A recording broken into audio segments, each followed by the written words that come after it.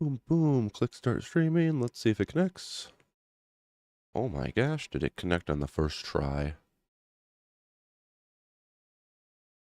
No way I'm that lucky. Sound check. No way I'm that lucky. Yep, yep. Hand sound. Ooh. That's crazy. Okay. This is bright AF. Boom. Just reading some info.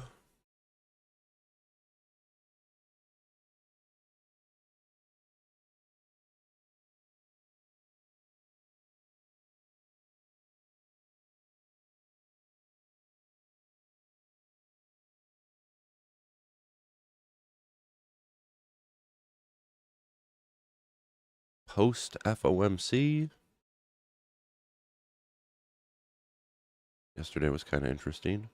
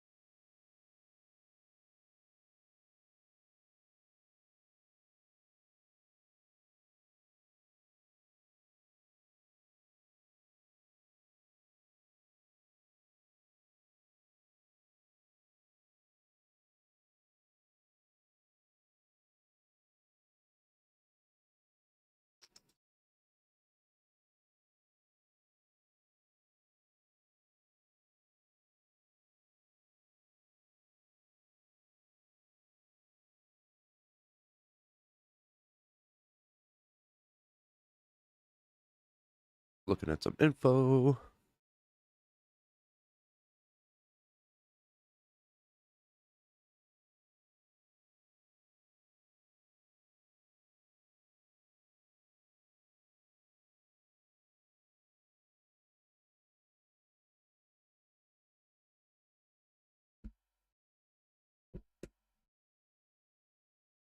Whoa.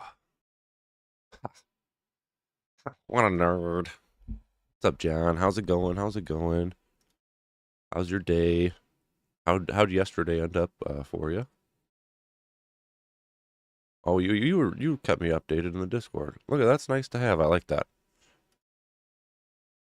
Now, are you able to trade those, or do you have to wait like a few days for it to um, get you the account?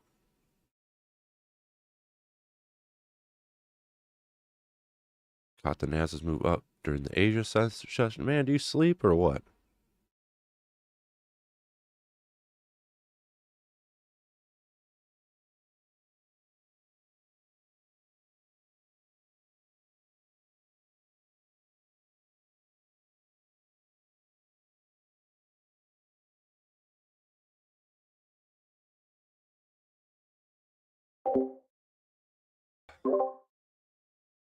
Oh, 7 p.m. Oh, okay.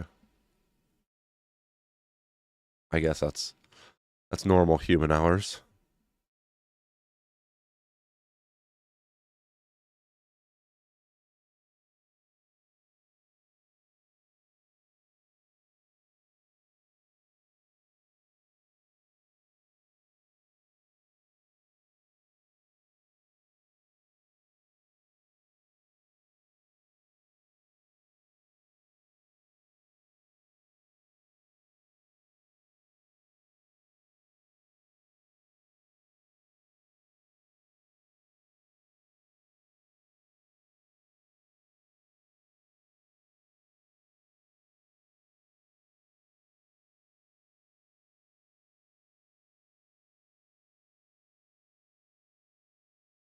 These little zones over, bada bing.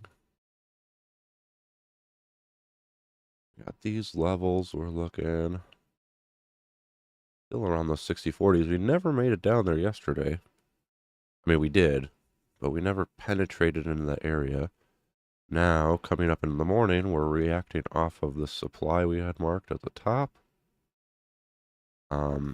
Yesterday's price action, if we come down to yesterday's price action, we might see a reaction from like the support area, but I think if we come down to it, we'll go through it because we spent a lot of time in this area.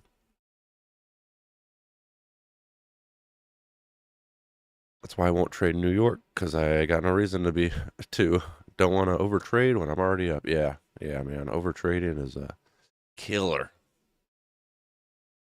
And let's look at our top areas.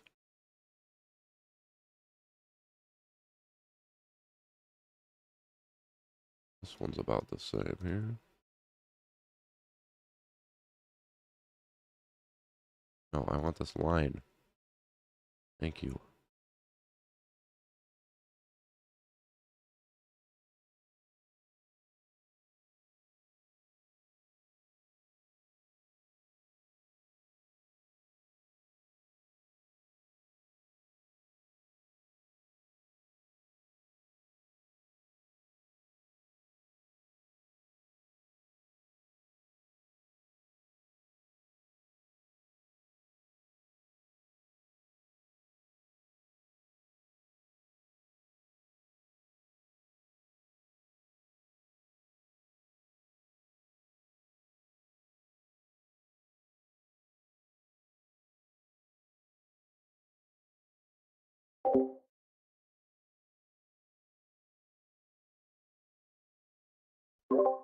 Is there a reason why you focus on the wicks and not the candle as well?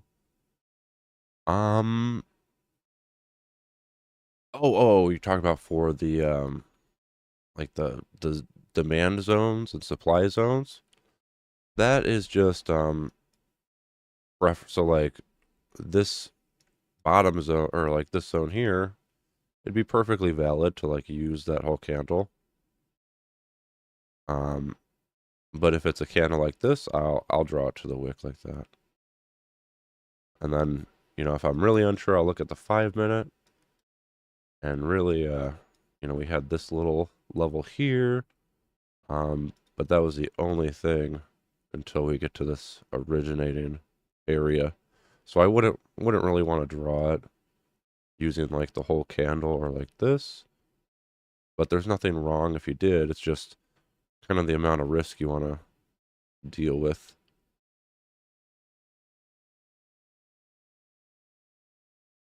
Yeah, it just kind of depends on the candle formation. Like, yeah, if it doesn't have a wick and it's just like a full body, I'll use that. Or like this supply here on the 5 minute, I just use that whole candle, wick and all, just because it's a good size to use. I'm trying to be as precise as I can, um, but also trying to encapsulate like the whole area. At the end of the day, we just know an area. You can't really get too specific. So I'm thinking from today, or from right now, we're coming off these sellers up here. If we can continue moving down, I think we go through yesterday. We could ask if I'm looking at the hourly, this is the demand down here, and we could see how much time we spent here. We could also see that the reaction from this demand just sent us to the sellers. This demand did not accomplish anything. And so this demand didn't accomplish anything. We spent a lot of time there. So if we come back into it, also it's retested multiple times. I mean, we ate into it several times. 1, 2, 3, 4, and this one kind of test 5 times. So if we come back down here, I will definitely trade through it. Looking at the 60/40s deeper into there or slightly below. And then on the upside, if we go up, we're looking at this gap area.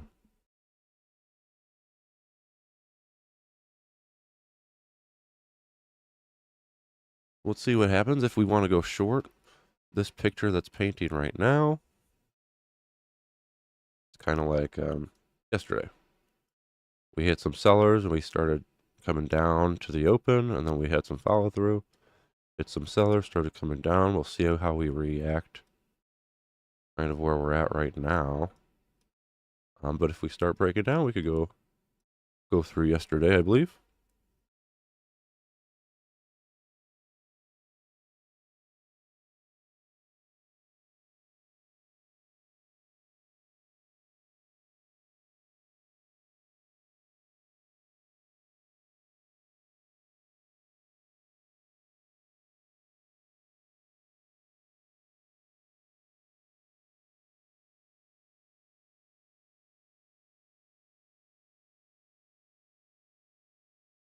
$15 minutes to the open. I might get...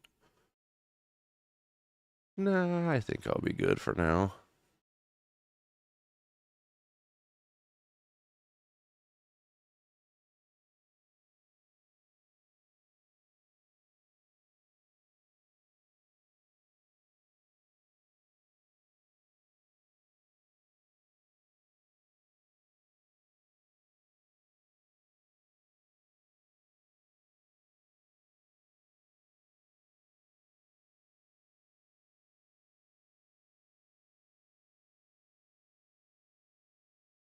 Already Thursday. I feel like this week went by pretty quickly.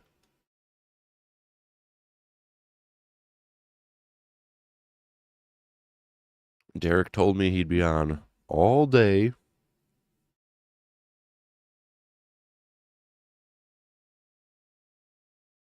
X to doubt.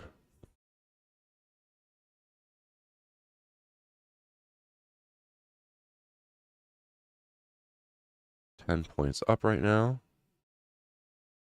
If we open up around this area, we'll probably go down to get the gap. This looks like a decent place to short.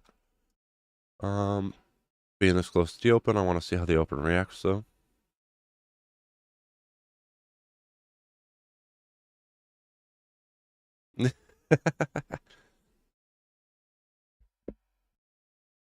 You know what? You know the meme, right? X'd out. Otherwise, I'm just a crazy person.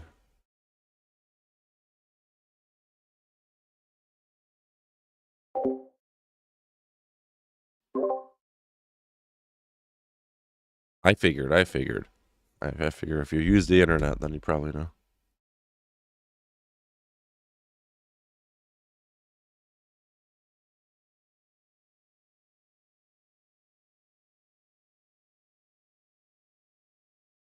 Internet's a different world nowadays.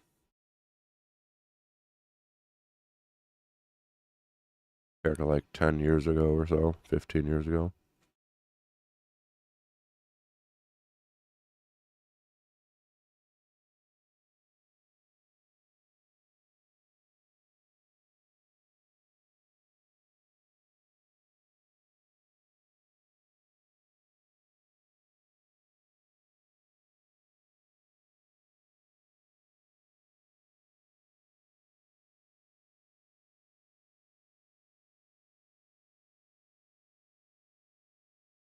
Elliot? What's up? What's up?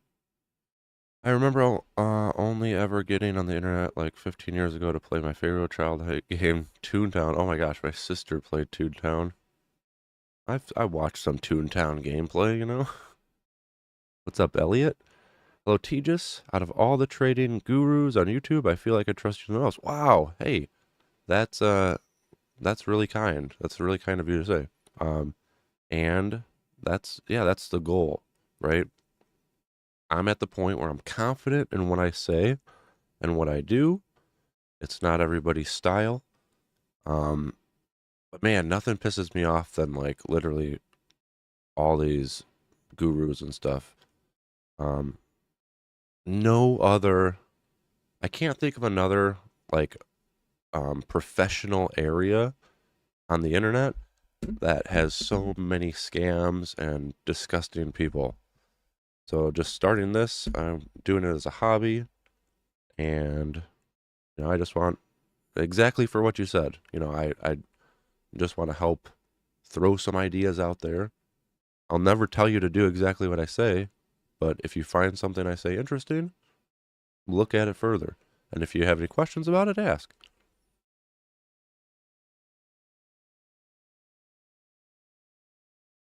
Yeah, where there's money and fame, there's always fakers and scammers. Yeah, for sure. You can't escape it. I feel like, no, there are some good trading resources out there. It's just like, man, 98% want something from you. As my opinion, trading is freaking hard enough.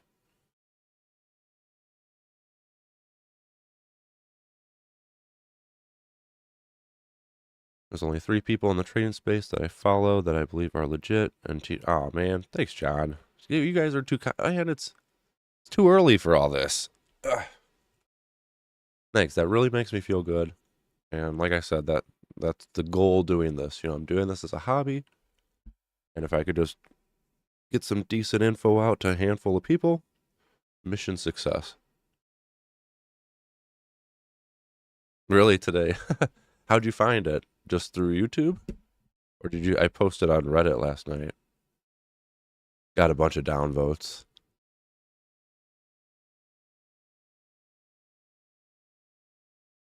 Reddit doesn't like when you post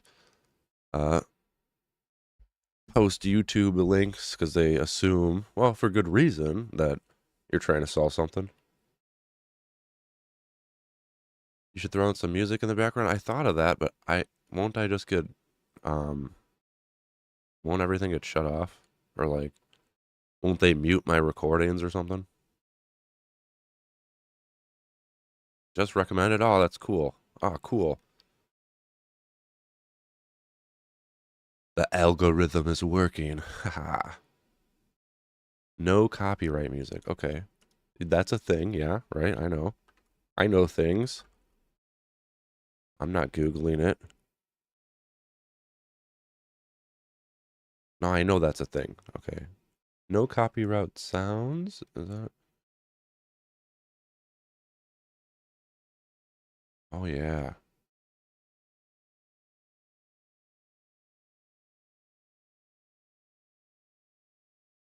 Oh, let's do this. See if we get banned.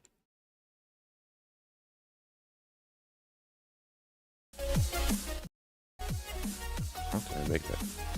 Seems loud.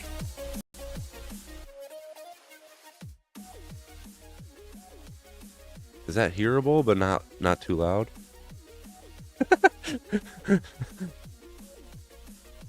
Is that better or is that too loud still?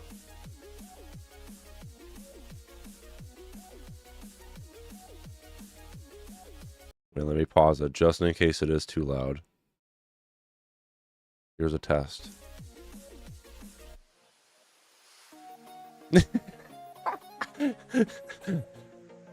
Oh, that cracked me up.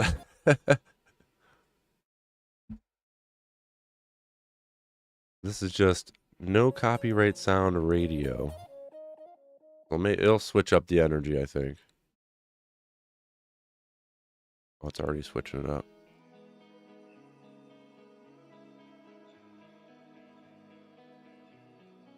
You can hear me though, right? That's pretty convenient. You know what? You're getting a subscriber, no copyright sounds. Make life easy.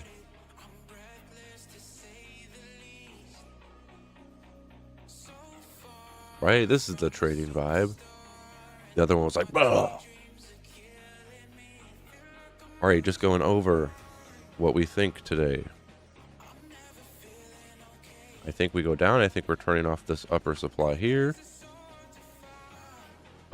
If we go down into yesterday, we spent a lot of time in this area.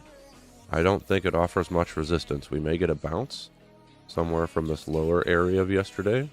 Yesterday's low, perhaps. I don't know exactly where. I'm just going to draw this. But I still think, just like yesterday, I thought we could go a little lower into the zone. I think that could still play out. If we go higher, we have this gap fill on the top, and we'll see how we react off of it. 5 more minutes to open or so. Lower the music a little bit more. Yeah.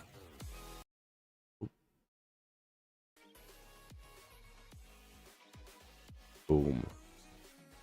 Oh, sorry, doggy.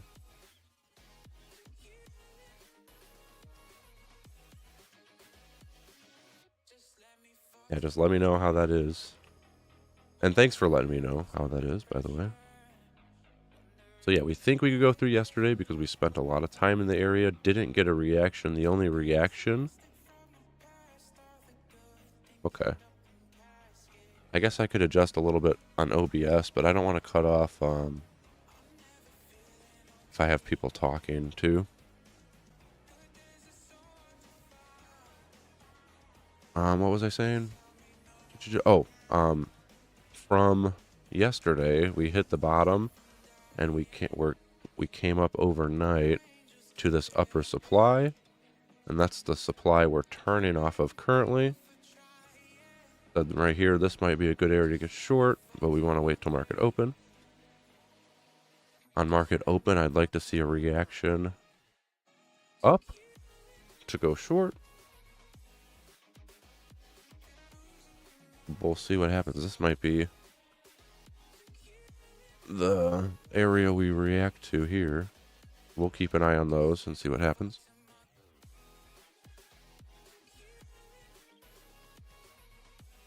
Actually, I like having the sound on in the back because I usually just have noise. I have ADHD, so I just like having... I can't pay attention to it, but I'll just throw on YouTube videos just for noise, and then I could focus.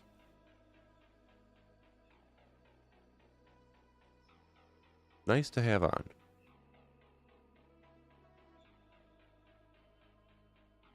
Any McDonald's breakfast this morning, John?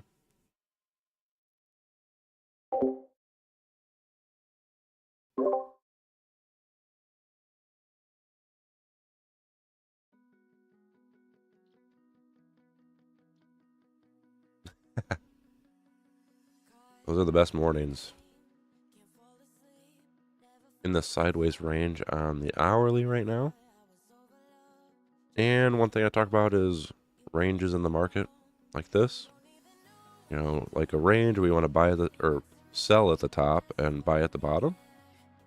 And right in the middle, you don't have that many probabilities, right? It's right in the middle. The same thing is for up ranges, like an uptrend, and down ranges or downtrends. I'm trying to draw this, but holy cow. Malfunctioning. Okay. Like an up range here, boom. When we get the top of the range, we're looking for sells. When we come to the bottom of the range, we look for buys.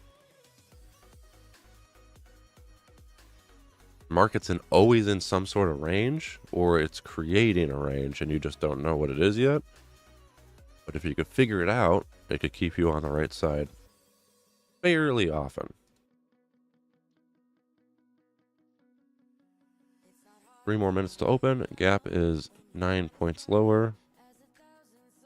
Most likely go for that gap fill. I could see us reacting right here to go lower.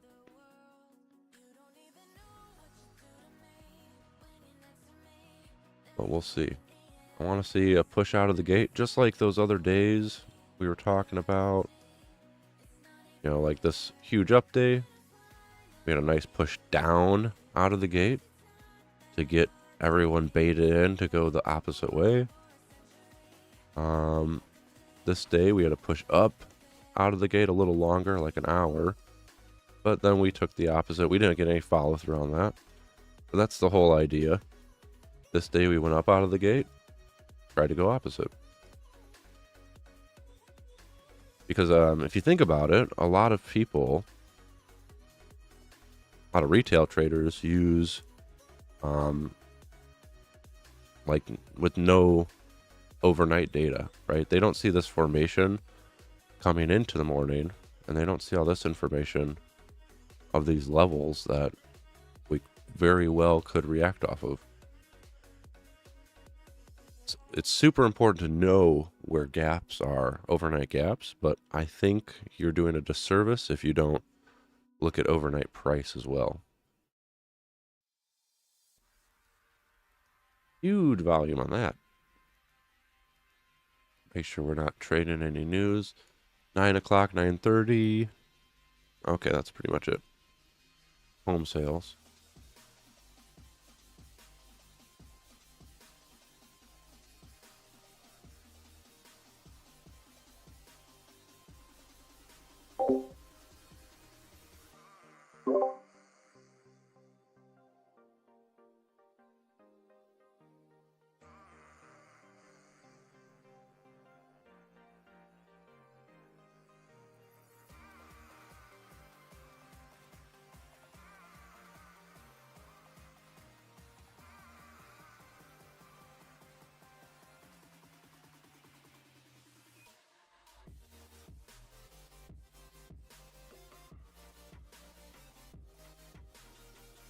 And also, I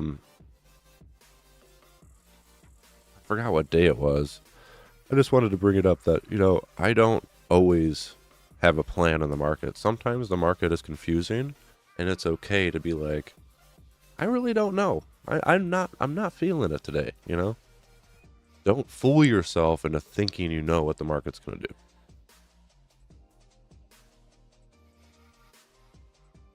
Oh, yeah, yeah, link me what you got.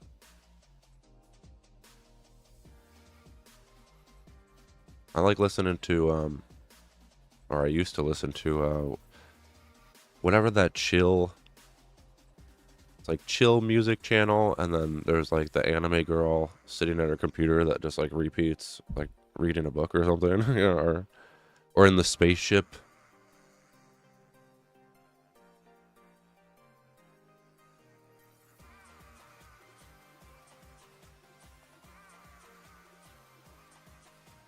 Yeah, yeah, the lo-fi girl. Yes, that's it. I don't know if that's copyrighted.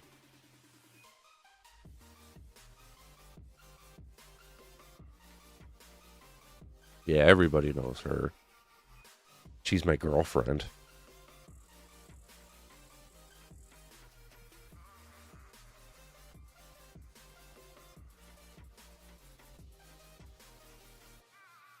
Opened up here, 8:30, 15-point gap on the open. Basically, it's a compilation of music that are low frequency. Okay, yeah, it's super chill. I believe she is partially because she got struck down by some company and it caused an outrage. Oh, really?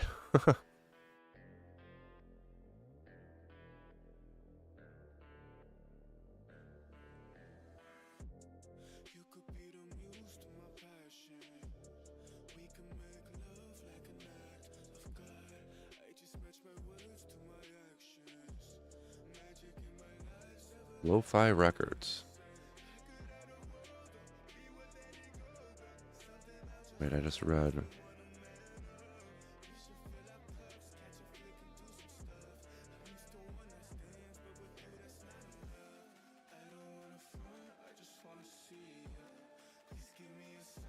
And I'm reading their terms and conditions. They say.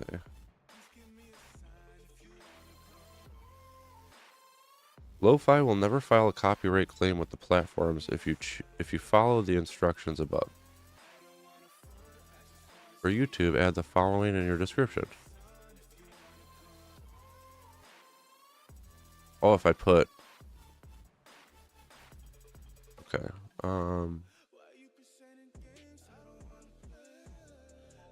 Broadcasting and sharing of these tracks is only allowed on YouTube, TikTok, Twitch, and Instagram.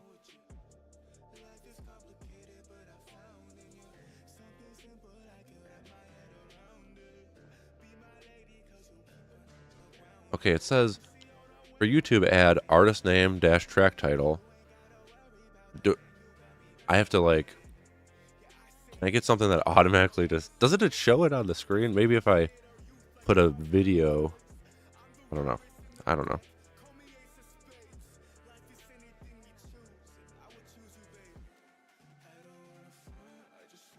Man, I didn't hear about all that stuff. I must have stopped watching when all the drama happened. Yeah, she's like a legend, I feel like. Yeah, as I see another window that shows the video. Because that has all the track information. I'll do some more looking.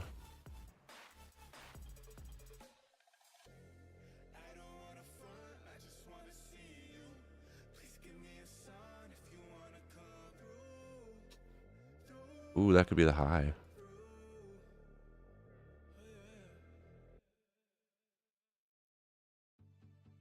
Give it a couple bars and see what happens.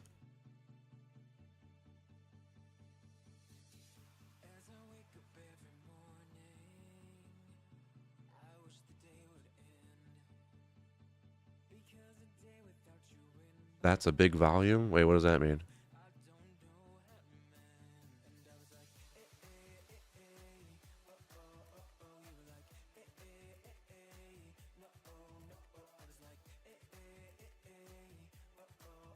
Oh.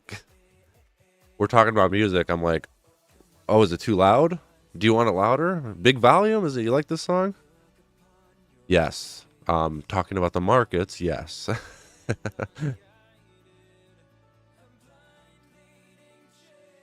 So I'll look for this to, this could be the high of the day right here.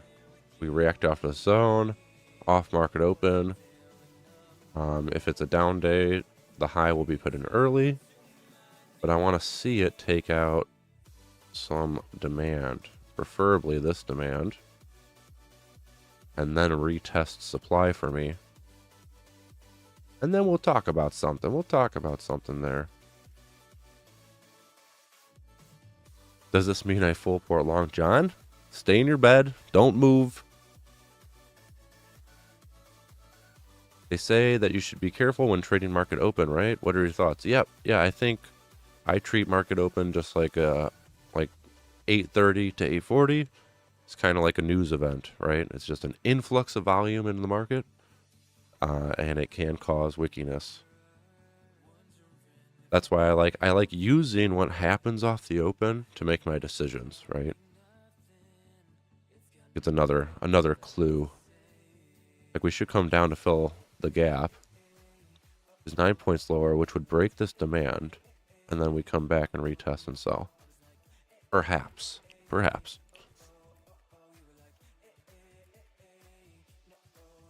There's little reason to trade the first 5 to 15 minutes of NAS for most strategies because it's doing too unpredictable. Yep. It's just, yeah, like I said, opening and the last 10 minutes of the day too, kind of like news events.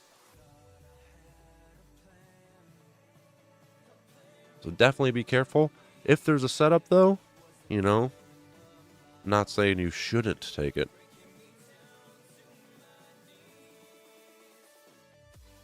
Morning, Yuki. Morning. How's it going? Trading today?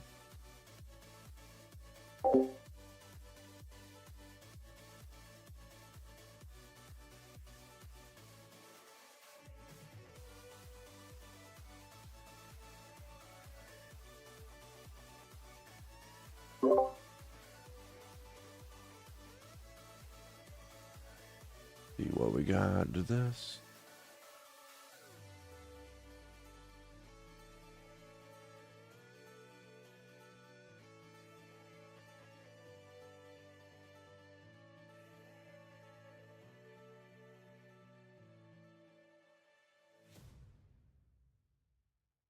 All right, John, enjoy your breakfast. Hope to trying to follow your patience. Yeah, I would say I'm super patient, and you don't have to be as patient as me. I think sometimes my patience, I lose out on opportunities because of my patience. I'll say that. But I think a lot of traders can be way more patient than they are. You know, the probabilities of things working are in specific levels, right? It's where the big money is positioned. So trading the direction of those levels and as close to them as possible, that's where you're going to get your best trades. And why not just wait for your best trades, right?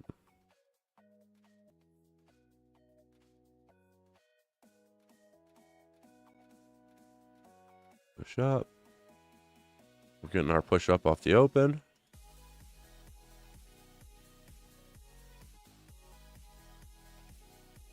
We could either see right above here or from this zone or from like the top of the range we have drawn. We opened up like 15 points from yesterday's gap, so the probability is that we'll close it.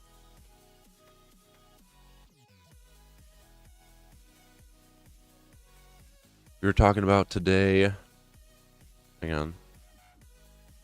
Reading.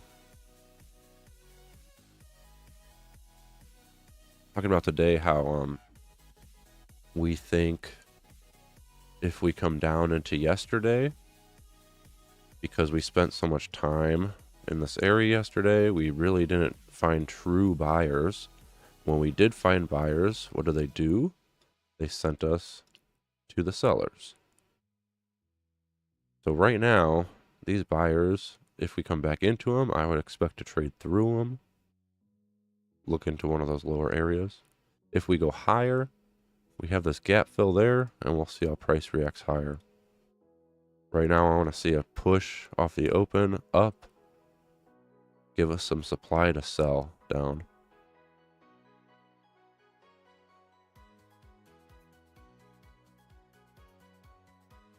I'm not sure what zone we'll react to. Oh yeah, I have options here too, actually. 95.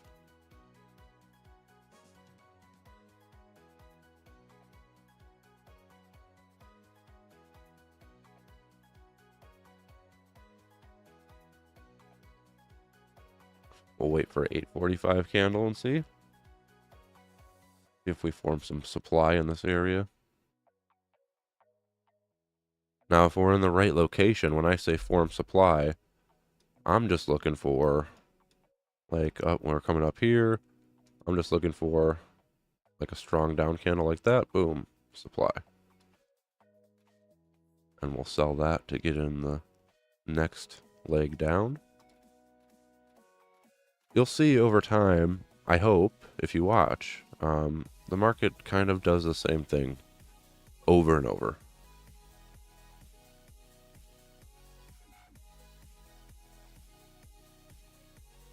Sometimes more volatile than other days, but very similar. Gustas, just in time, you just missed it. No, I'll tell you. So we're looking, I was saying I want to push off of the open to go short. We think if we come into yesterday's area here, we think we'll go through it and trying to look lower. If we do end up going up, we're looking at the supply up here at 6120s. That's that gap fill area. And then these blue lines on the hourly is kind of where I think the range of the day perhaps could be. And that's based on supply and demand levels and also options positioning.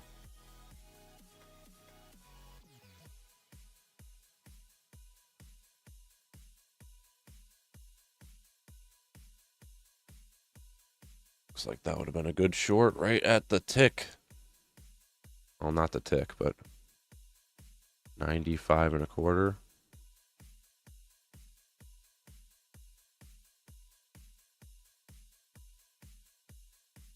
I'm playing a game while I have you talking in the background. What game you play? I'm a huge gamer.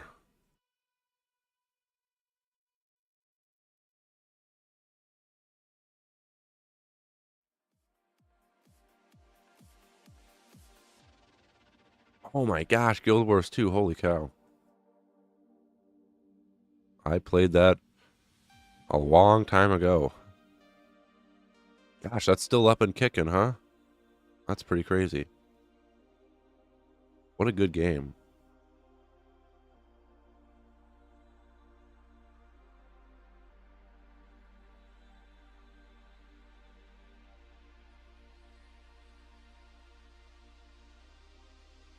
Like mass, I can imagine, man. I think I don't know when it came out.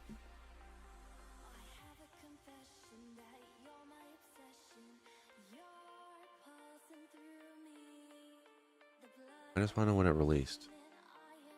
2012. Yeah, wow.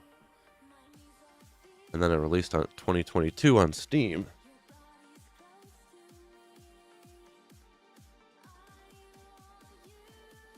Suck my tick. Ah. At the tick by tick. Channel name ideas. Yep.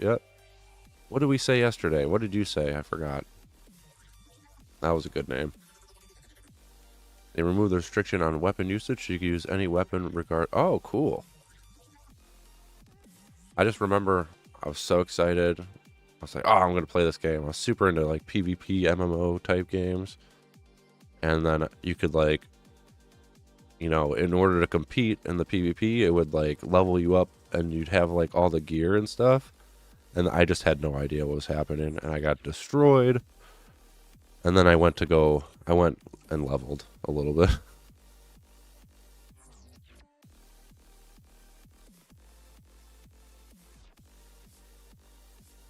Oh, don't say that, Elliot.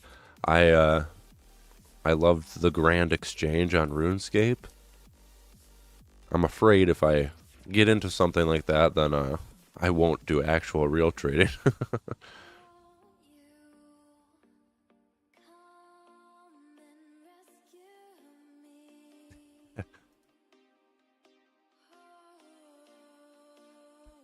I mostly play FPS games now. I really don't play as much as I used to. Doing both. Like I'm gonna sell 500 meat, and then you accidentally sell 500 ES contracts. Ah!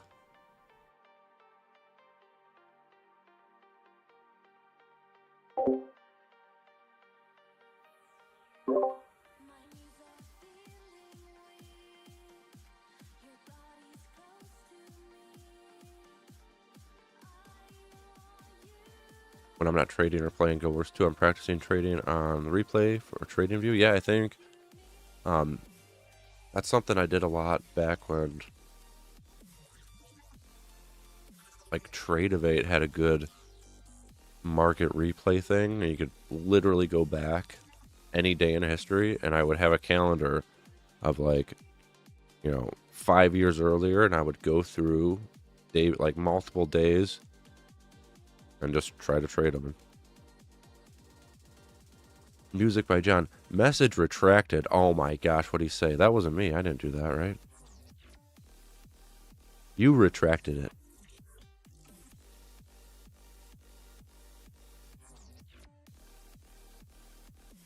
He was talking some smack, then he thought better about it.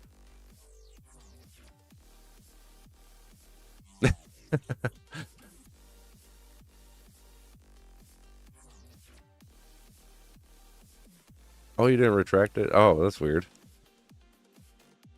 Play Rivals with my girlfriend? Oh yeah, I played. No, I still haven't played Rivals. It's downloaded and it's sitting there ready to play.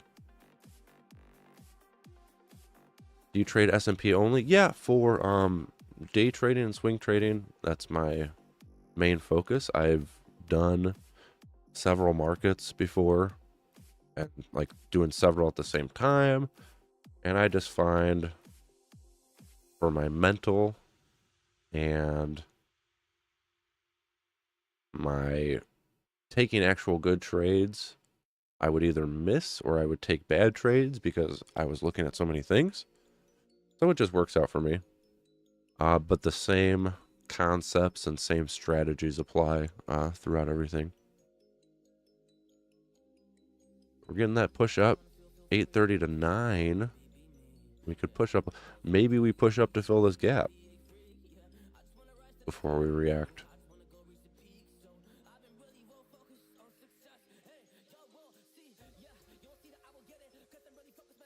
I kind of wouldn't expect to eat yesterday's high unless we're going to go higher. We'll see what happens.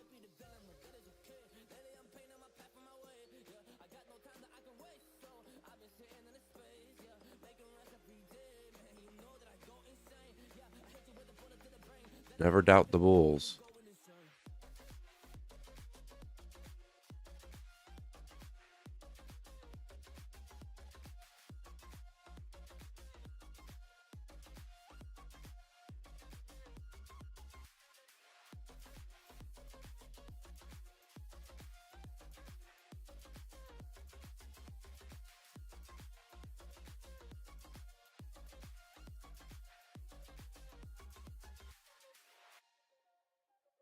Big push up.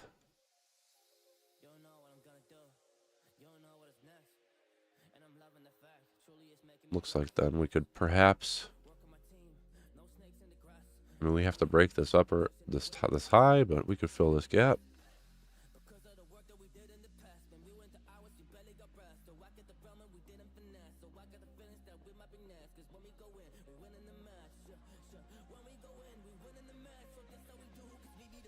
How are you feeling about enabling the magnifier so it can be used to highlight a point on your screen? Are you talking about like, is that something on my end? Like Windows magnifier? Like where my mouse is like bigger? Is that what you mean? What a move. Yeah, for real. Big time move. Yeah, I'll look into it. So it'll make it easier. That's one thing I was thinking. Should I get rid of my daily chart? Trying to make it big, or just use the, I don't know.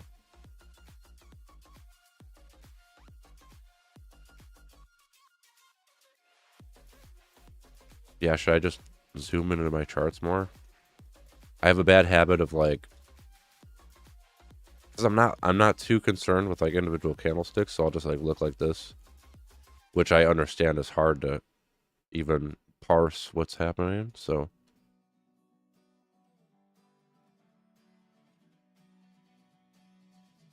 oh no, my flow's good. I'll just try to make these bigger because I have a lot of chart screen. I'm literally just not using it. Thanks for bringing that up because that's a bad streamer right there. You guys are like, what number's that?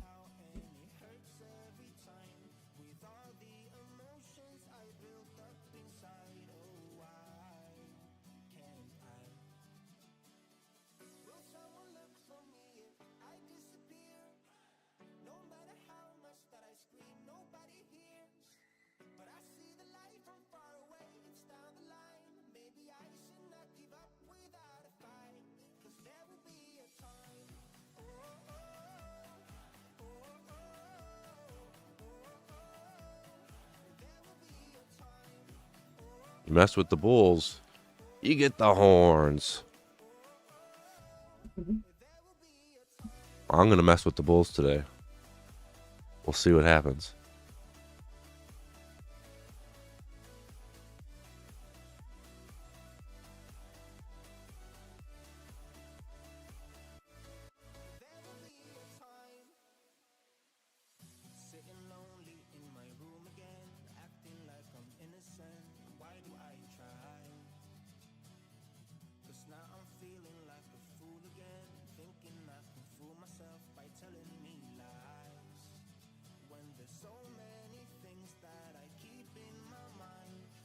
Is that resistance? Where you talking? I'm deleting these.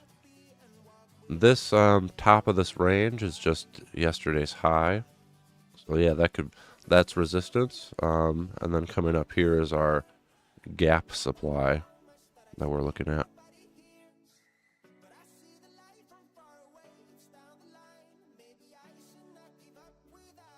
I would be surprised if this holds it down right here. This little yesterday's overnight high. I think it would make more sense to go through that, but we'll see.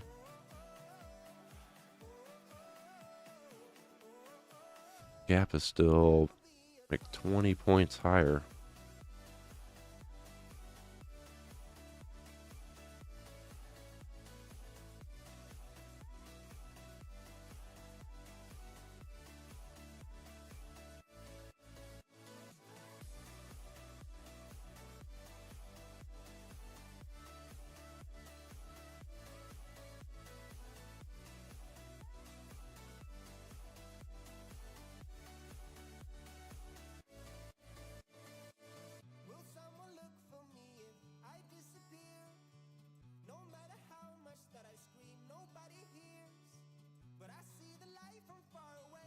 So yeah, we're just going to be patient.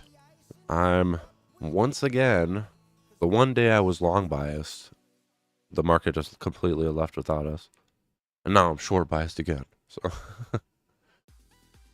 I don't try to always be short biased. It's just depending on the location of where we are in, like when we open.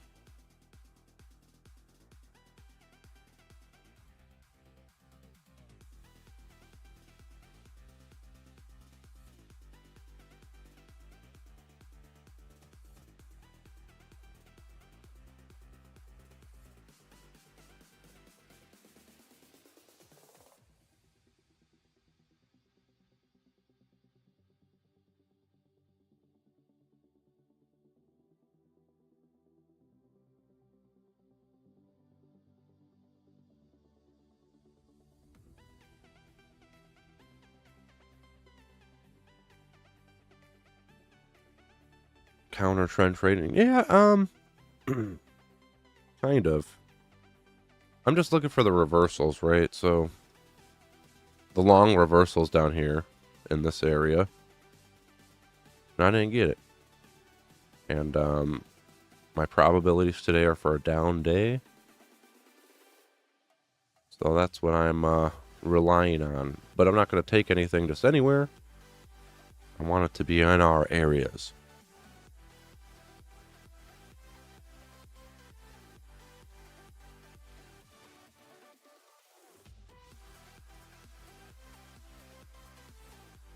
But yeah, if we do break this high here, then that would be a continuation of our hourly uptrend. Let's see if we did do that. We do something like this.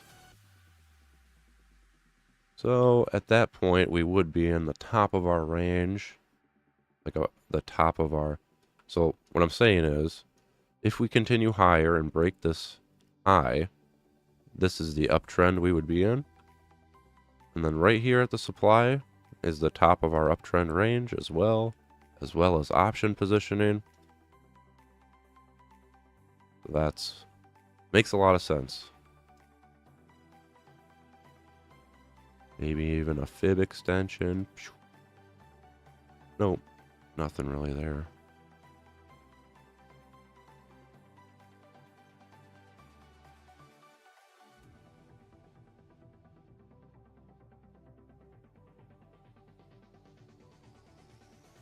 Big push out of the gate, though. That's what we like if we're short biased. Also, if we're long biased, to be honest. Kind of a dumb thing to say.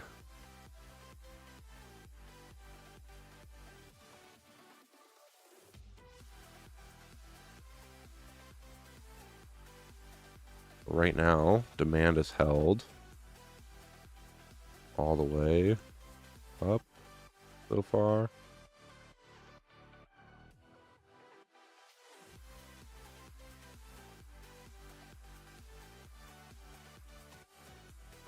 Hey.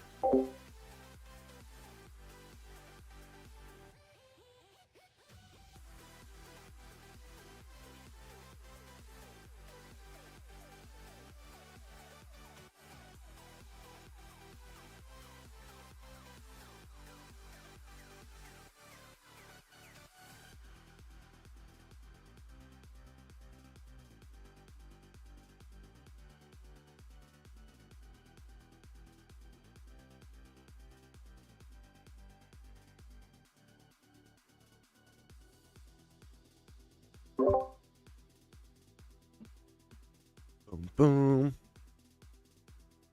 See where how this reacts off of demand.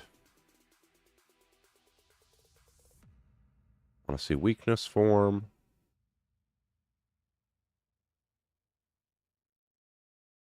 Then we'll take a stab.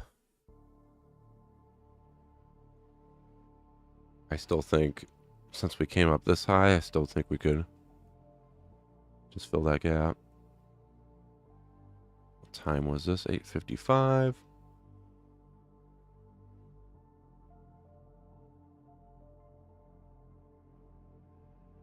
Could be the first 30-minute push right there.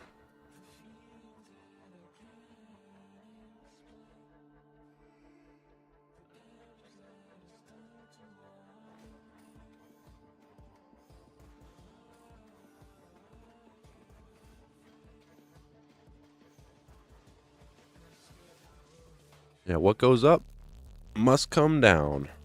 If it goes up fast, it'll probably come down fast. If it goes down fast, it'll probably go up fast.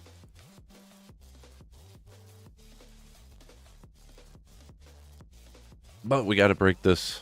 We have to start breaking these levels here in order for a sell imbalance to show itself, right? If demand doesn't break, even if we have a big down scary candle, it didn't do anything, right? It didn't take out any buyers. It just went back to them to fill their orders.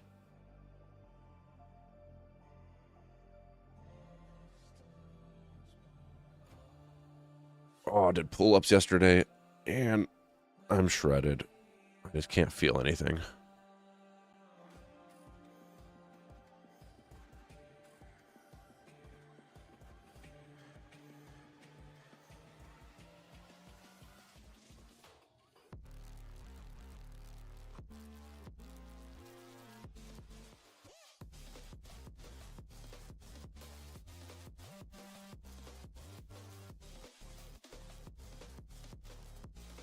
On any day with trading, the timing's the hard part.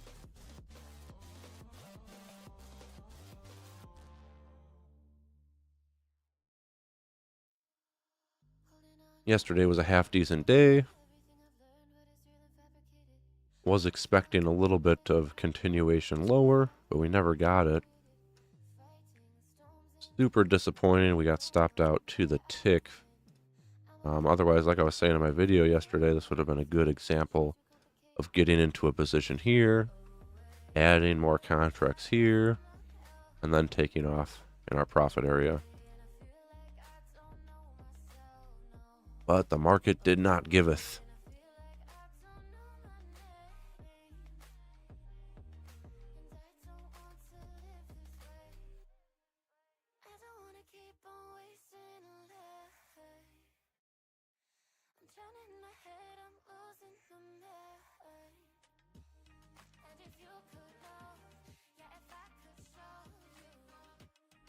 Gustas, how long have you been profitable trading? So I've been trading about 10 years now, and it took me 5 years to get profitable. And that's not like profitable meaning a millionaire. That just meant like winning more than I was losing, you know, winning more money than I was losing. Then probably took 2 more years once I hit that profitability point, where I got confidence, because it's like you can hit that profitability point, but there's still a part of you that's like, okay, do I know what I'm doing? Like, do I understand this? So probably like 7 years to be confident in what I'm doing. I'd say the first 3.5 were a waste. Well, no, the first 3.5 weren't a waste, but it's just all the retail stuff that you go through. Ooh, look at that move. And really the hard part of trading is there's so much information. There's so much. And there's so much bad information. So my advice is always like, go look around. Like, don't get stuck on one person just because you like them. You know, take as much in as you can, and then see how it applies to how you want to trade. Oops. There they are. They were at the tippy top there. Unfortunate.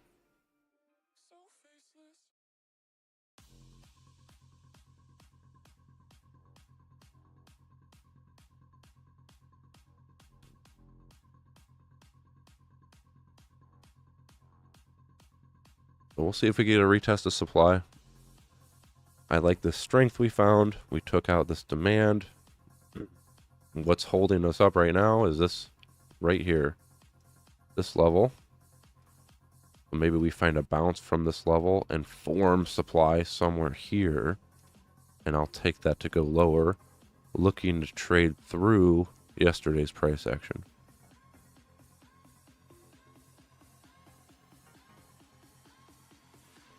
That would be something like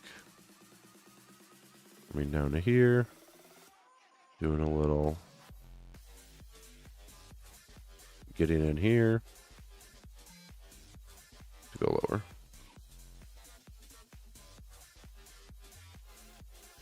Holy moly, started less than a month. Hey, well, I'm glad I found you. All right.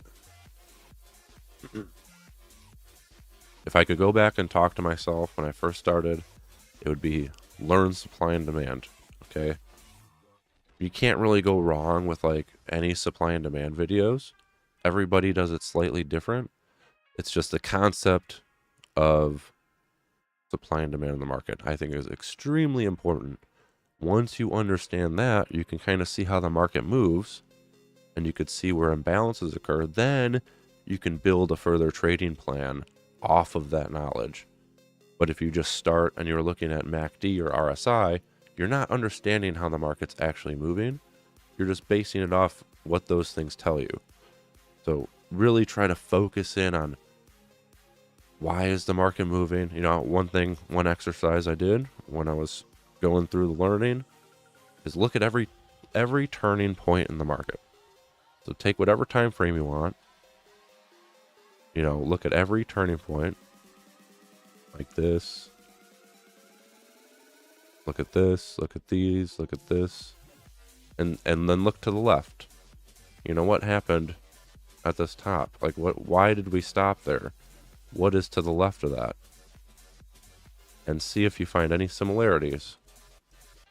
It's not going to be perfect. Market's never perfect.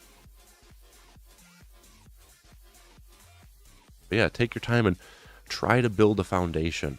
You want to try to build market knowledge. Just focus on price and focus on what price is telling you, right? When price comes down here at this bottom, where we found a bottom this morning, think about what happened, right? The market was stopped. We were in a downtrend, actually.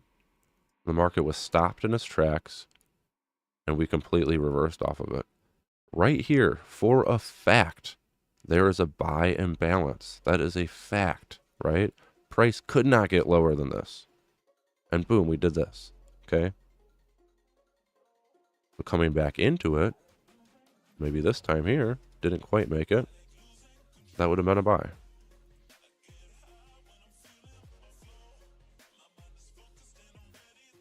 That's my biggest advice, is focus on what price is doing, right? Orders that are placed on the market can't be hidden. So if a big buyer wants to buy at 6,000, they can't hide it once their orders are executed. It's going to cause an imbalance in the market. They want that price level, and there's going to be an imbalance there.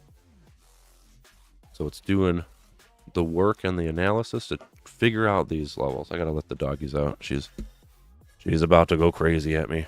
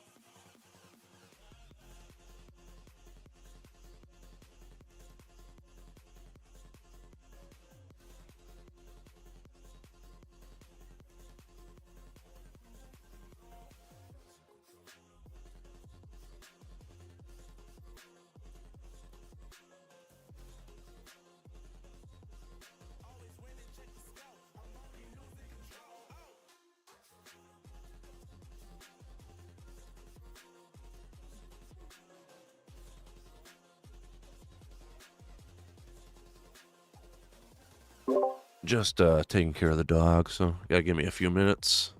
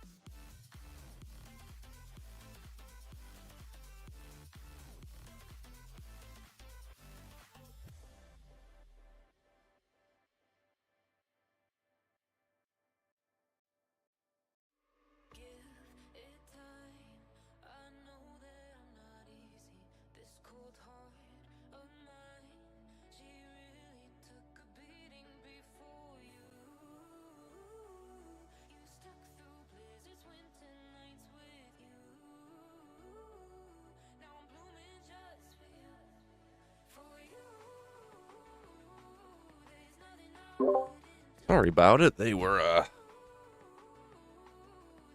being a little crazy, and I got some yogurt. What's happening here? Not too much. See if we get a little breakdown in this area. It'd be unfortunate if it broke down. Well, there'll be a pullback at some point. We'll try to get on that.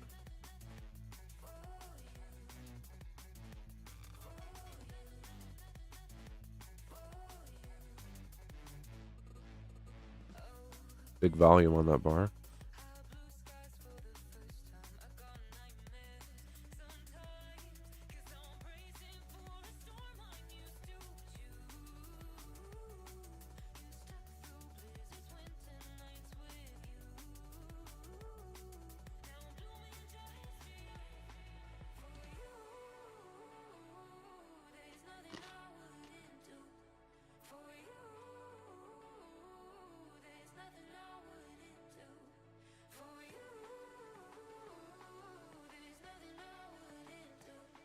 Yeah, like John said, take your time. You know, a lot of people are trying to rush this game. Not something you can rush.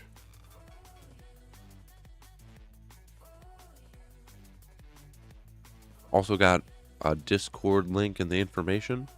Of course, it's free.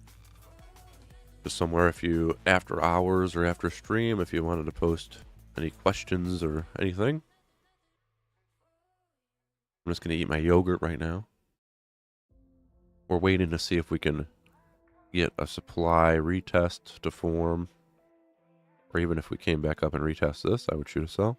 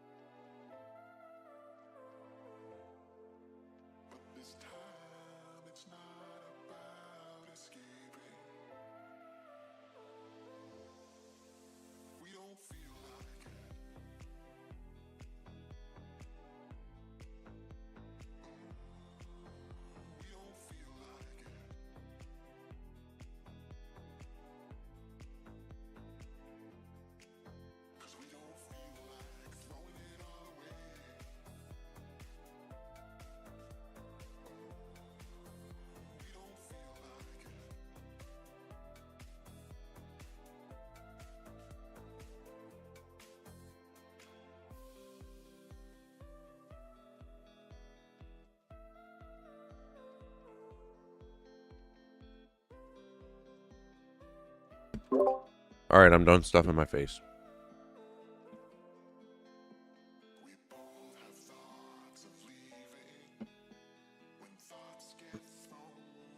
We're saying we think we're gonna have a down day today.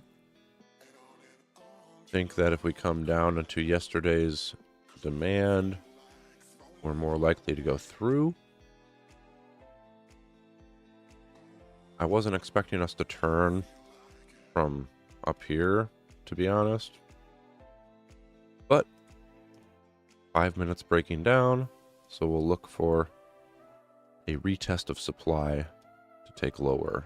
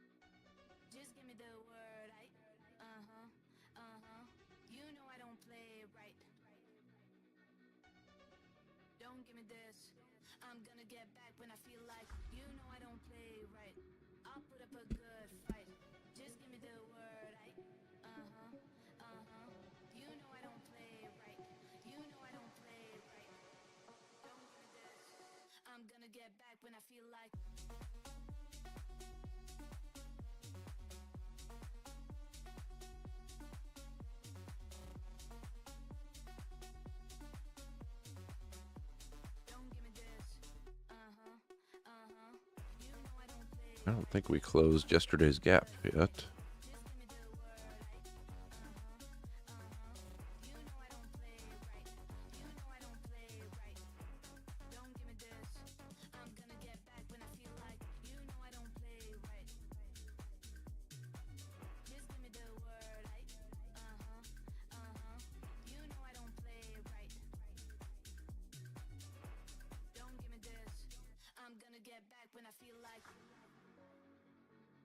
What we wanted, what we drew in was some sort of pullback pattern here, and then getting in on some sort of supply that gets created.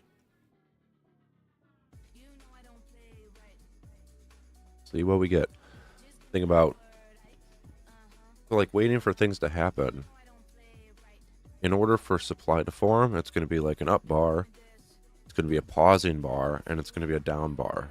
So that in itself is 15 minutes, right? So the market takes time to develop, and the market takes time to show you a picture. You don't have to feel rushed in the market. Like when I first started, it was like, oh, God, throw on a trade, throw on a trade, throw on a trade. If I don't throw on a trade, I'm not making money. And that's not the right attitude to have, in my opinion. If you're not throwing on the trade, you're not losing money, right?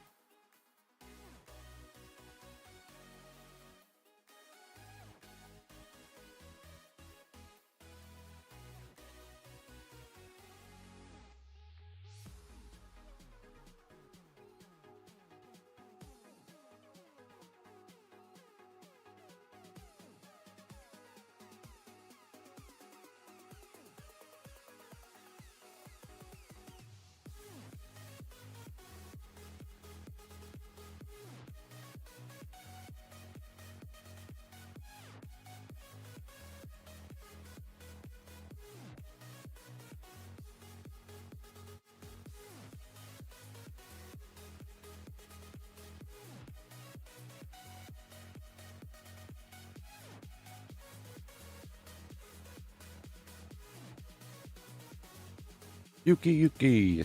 I've been seeing people saying you need different strategies for different market regimes. One thing I like about using supply and demand is that it seems to be applicable to any market, type of market. At least I hope. With that said, do you think there are better time periods during the year for the strategy you use? Nope. That's the thing, right? um, and I really do. I don't like. But there's, I think, two types of trading, right? There's reading the imbalances, what we're trying to do here, and then there's like not mechanical trading, but like when you're using things to tell you information, I guess. Darn, look at that. But the thing about supply and demand is all it is showing us is the buy imbalances and the sell imbalances, and that is shown through price action. And when people place their orders and stuff, you can't hide their positioning. So any market it works in, right? If big money wants to buy at $10, a stock at $10, you're gonna see the reaction of their buying. With like lower volume things, less liquid markets, you're going to go through, you could still find those levels, but that's why I like trading futures and stuff like this. You need to have significant volume is what I'm saying. So if you pick some penny stock with like 10,000 shares traded a day, it's probably going to blow through like all your levels. But all supply and demand truly is just seeing where in the market did imbalances happen. And you can use that on any market and any time of the year. That's just how the market works, right? Is what I believe. We got that.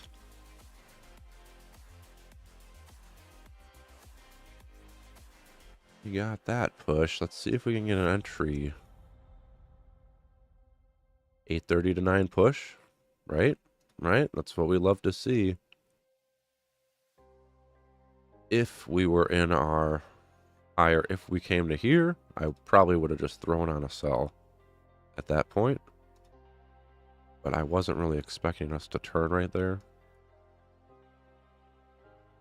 And then as far as, the second part of your question, time periods, nope, it's all the same. All the same. If I had one thing that I've implemented for myself is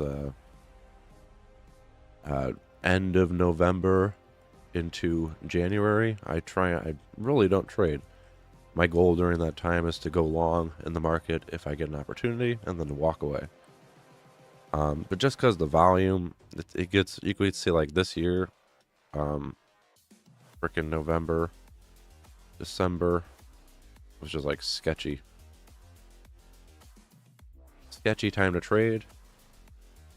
Most years I lose money during December. So I just stopped trading it. And it's just because price doesn't move enough for, you could definitely make money, but for my style, price doesn't move enough to make it even worth it.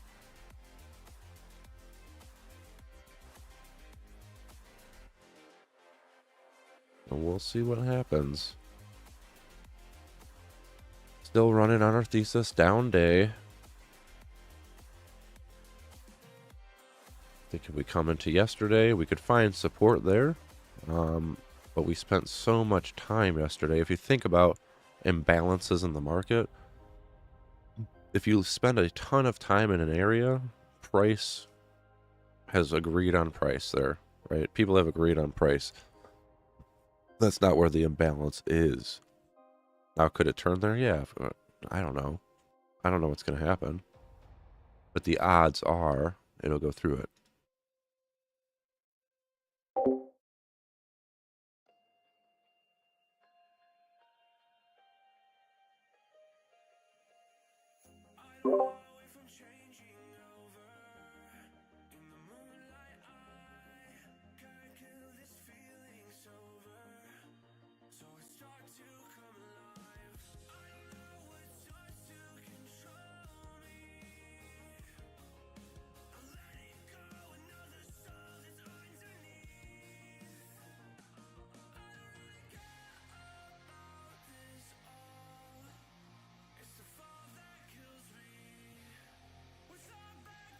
Yeah, I hope that made sense.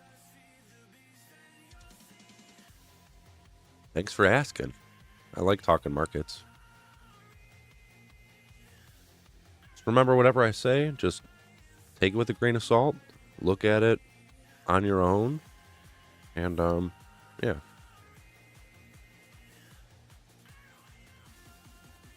Not everything has to be done word for word, you gotta adjust it to how you trade.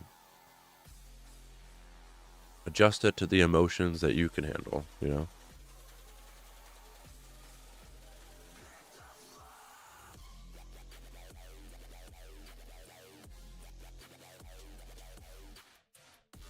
Now we got the intense music for this drop.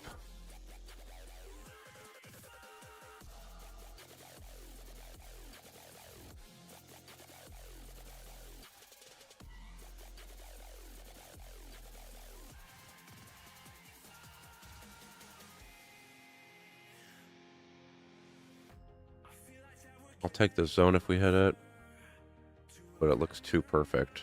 It looks like it wants to go higher, I think. But we'll see. Give me a little dab up, sir.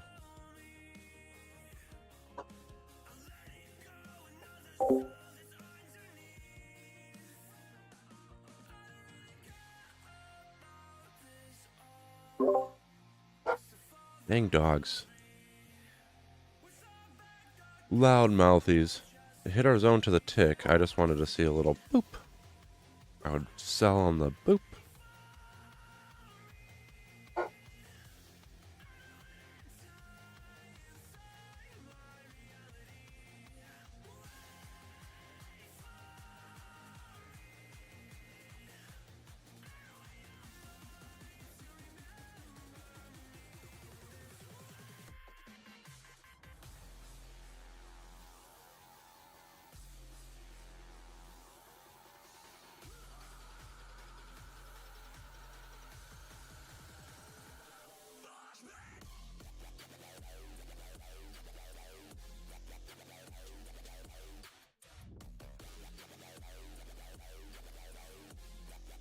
We'll see what it does.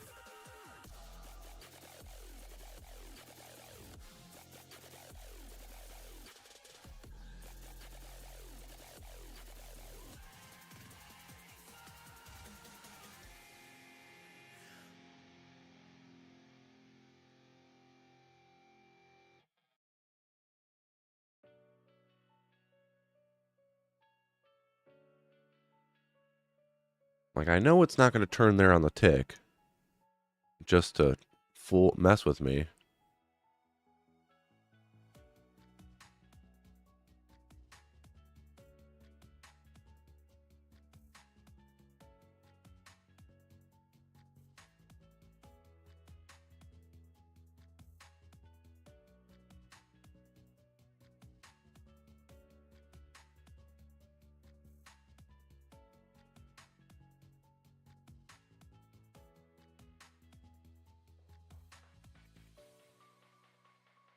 Is that gap buyers here?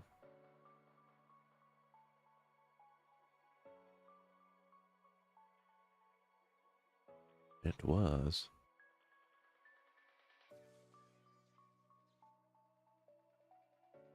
See how this candle closes. I want to sell the zone, but I want it to get, there. Am I not being aggressive enough? Perhaps.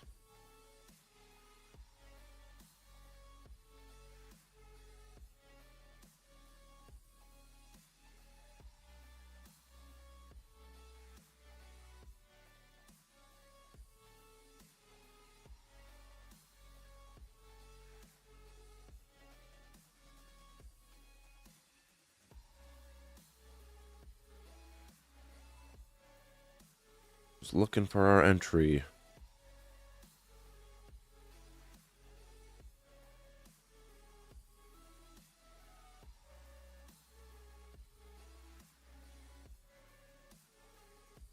We're going to take it. Okay? Gotta be aggressive, more aggressive. I said I would. Like I said, this looks like it wants to go retest higher. Kind of the same picture that we've painted, I think, like a couple days ago. It's like that first supply fails, and then we come back up, and then that one works. But I wanted to get in just to see what happens. It forms supply, so I want to get in. You know, it's based on the rules.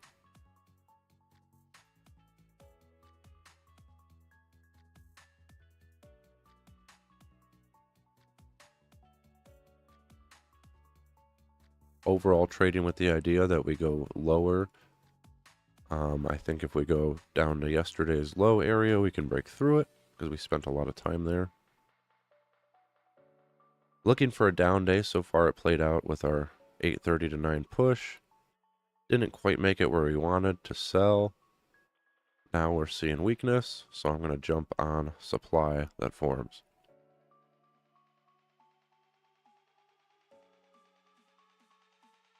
Might stop us out. Take profit. I just have, so the way I get in the market, I have a 4-point stop and one contract at a 20-point take profit. So if I'm right and that contract gets hit, that's 2.5 R on the trade. And this is only a half of position size.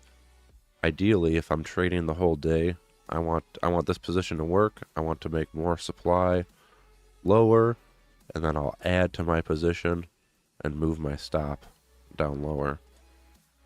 So I'm trying to play a whole swing in the market. And that's just how I do it. Mentally, the 4 points for me, ideally my stop should be above this supply. If this supply breaks, I'm wrong. But I like trying to quote unquote catch the market on the pullback. So I just use a 4-point stop. If I'm really confident in the zone, if it stopped me out, I would instantly re-enter. But like I was saying before we took the trade, I said it looks like we can maybe go to the higher one. But go ahead, prove me wrong, market. I'm not, hey, you want to go down now? You can go down now. That's fine.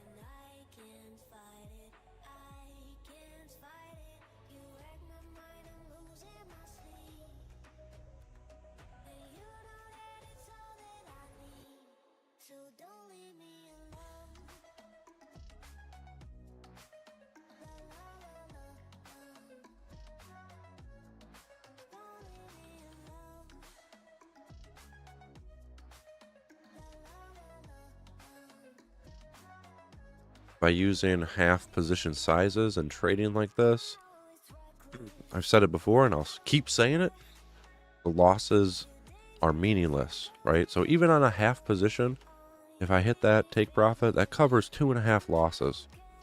That take profit is my base hit. So that keeps me alive through the small losses. I get a couple take profits. All right, we're still break even or so. And then I catch a trade. And now we have 15 R. So we stayed alive through small losses and small take profits. And then we get those extraordinary trades that just flip the script for our P&L. Like the P&L ends up being like, we'll start here. We take a couple small losses, break even. Maybe I go on a losing streak, get a break even. Oh, winner. All right. And then it starts over till we can catch the next one.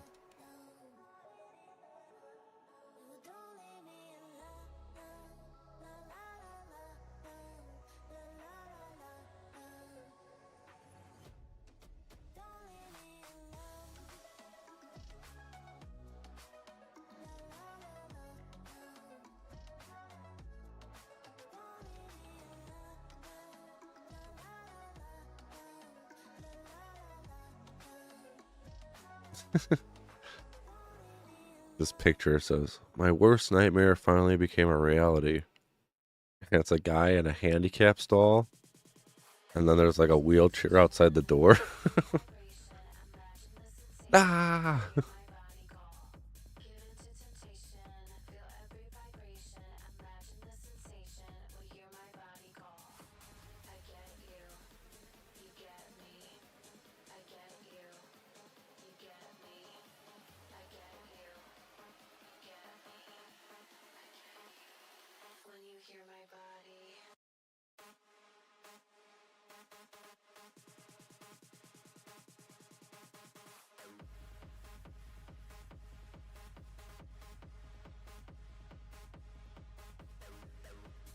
I used to trade, instead of the 4 point stop, I used to trade using the supply and demand rules, which is above or below supply and demand.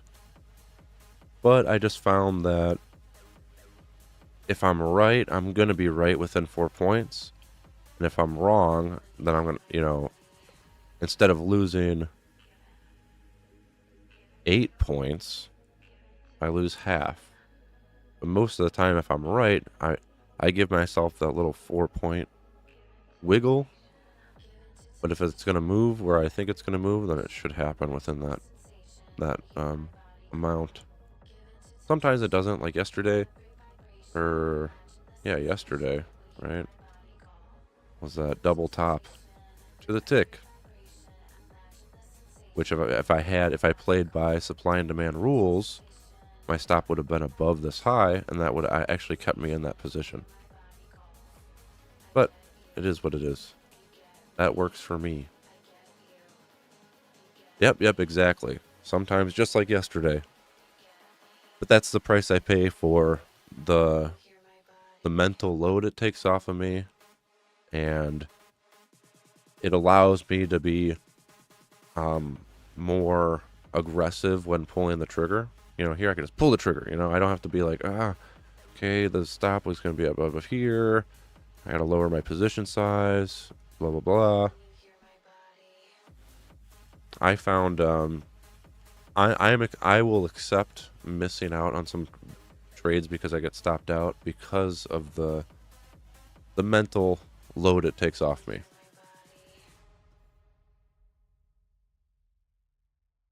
But supply and demand rules, you're one tick above the supply or demand level.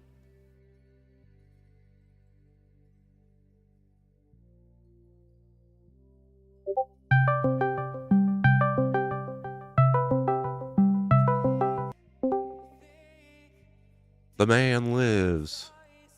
I'm alive. What's up, man? What's up? What are you doing? Oh, just trading, the usual. Beautiful. Beautiful Thursday. Yeah, cool. Well, I'm going to be on in about 15 minutes. Okay. Sounds good. All I'll be right. here. All right. Jones, do you want to say hi to my friend real quick? His name What is up? Jesus. He says hi. Say hi. Howdy. Howdy. He's not real. He's a robot. I am AI. Hey. A is for horses. He's funny, dude. All right. Yeah, I'll call you in about 15 minutes. All right, man. I'll talk to you. All right, brother. I think that was his kiddo.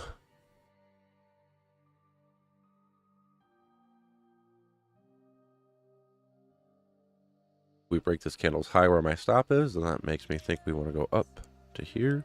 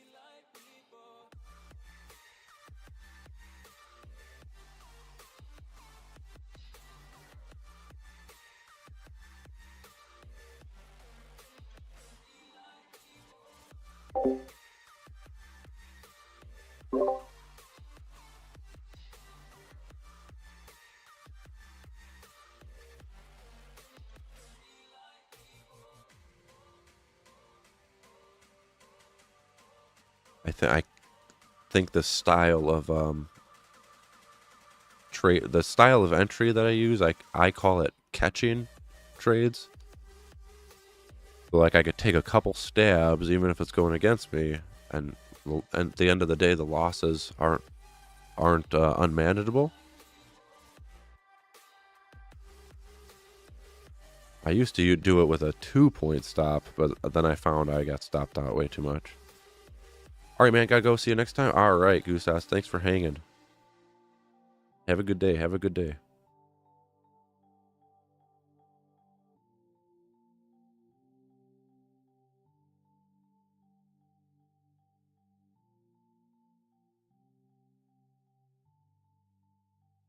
We'll see if we can make something happen. Well, we can't make something happen. Let's see if the market makes something happen.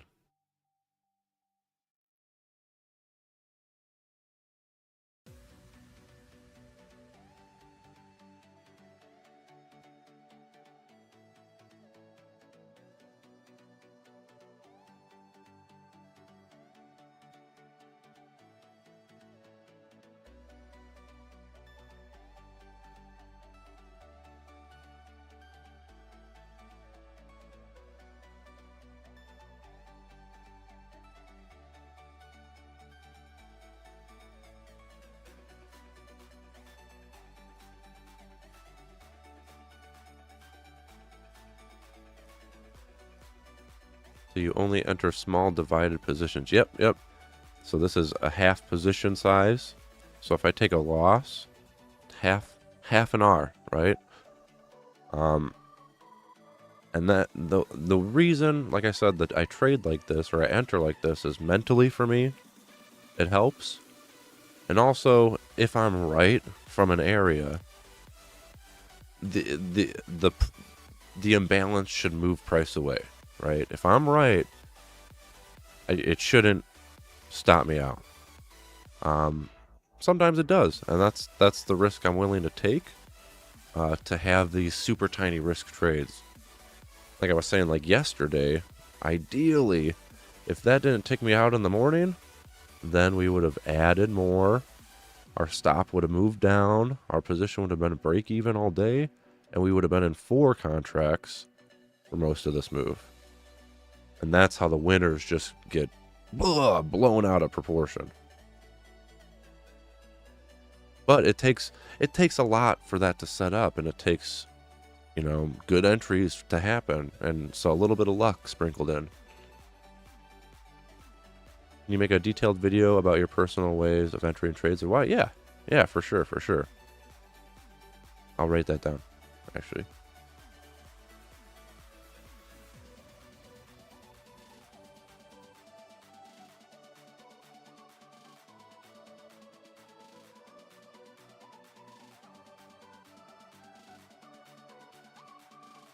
Yeah, that's definitely a thing that I've had, or I've gone through. There's arguments for getting in for a full position, but I found for me personally, getting in small and going for big, it saves my account. I don't do much damage to it if I'm wrong, and it saves my mental load a ton. Yeah, for sure. I'll think about how I can do that. Like I said, just take bits and pieces, see if it works for you. Not everything that I do. I have a different style. I'm super patient. I don't know. It doesn't matter. The concepts are solid, and just see what fits in your own programming.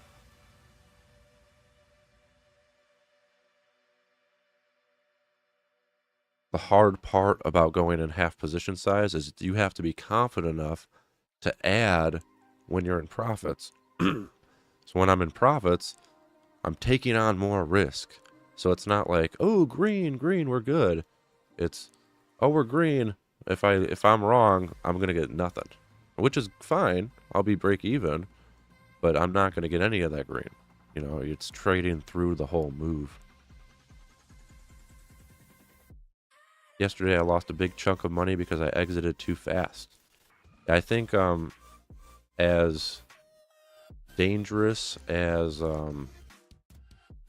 like risking poorly is to your account, I think not when you're right with an idea, not letting the market give you the juice, I think can be just as harmful as, that's part of risk management, I think. So boom, we got a nice move down. I'm going to break even this bad boy because we retested supply. That's what we got in on. If we come back up to retest, that would be the third time. I don't want to see that. So I'll be break even. Could come up and retest this supply we just created, but ideally not. Break even is better than going negative. Yeah, for sure. I try to take as many break evens as possible, but sometimes it breaks you out even, and then you miss the good stuff. But it's all part of the game. That's all part of the game. You're not gonna get everyone.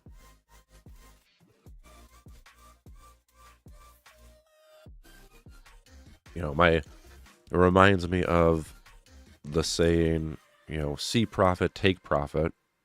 And I think that saying was created by like JP Morgan to fuck with retail traders. Because if you're right and your idea is playing out how you want, I'm not going to close my position. I think we can go down 40 more points today. So I'm going to let it play out. And if I get break even, oh, well, it's a break even, right? No big deal. If I'm right, big deal.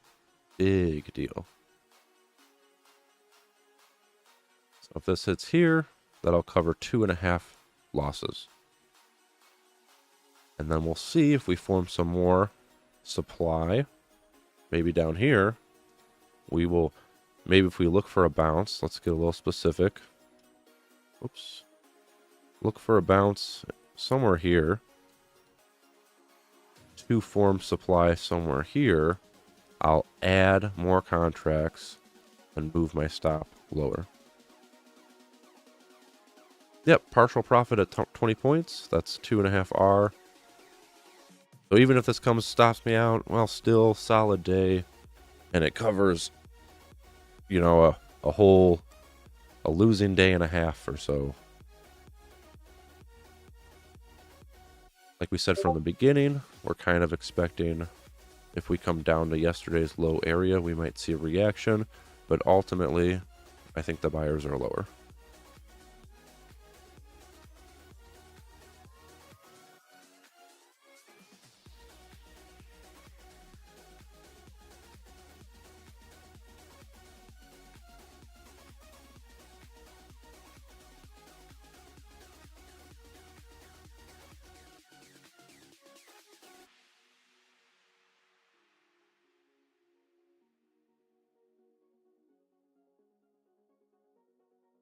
I think I said earlier, I was thinking about it last night, but if I don't know, or not know, we never know what's going to happen. But if I don't have a 60%, if I don't have over a 55% probability of something happening, I'm not going to say it, or I'll say I don't know. It's important to know when you don't know.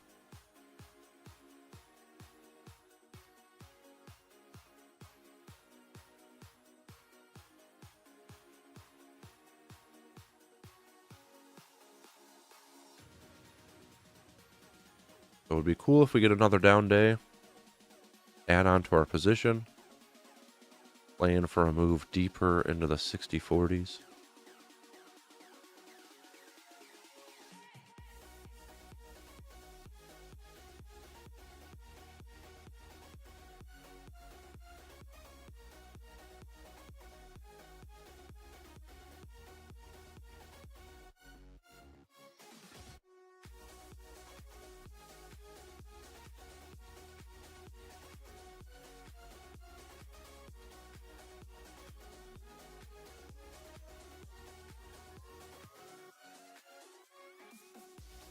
I was saying that supply looks so clean.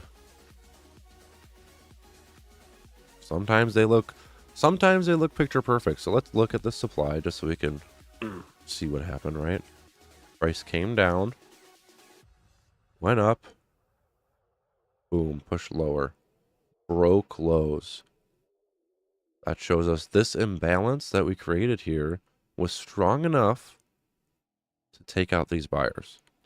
And when we came back into it, we sold. This price proved we could take out the buyers to the left. These are the buyers that turned the market and sent us higher. We went up like 40 points from these buyers. We destroyed them. They're gone. That's what this imbalance did that we shorted at. It's just a fight of imbalances, right? We're going to go from this imbalance to this imbalance. We'll see which one wins.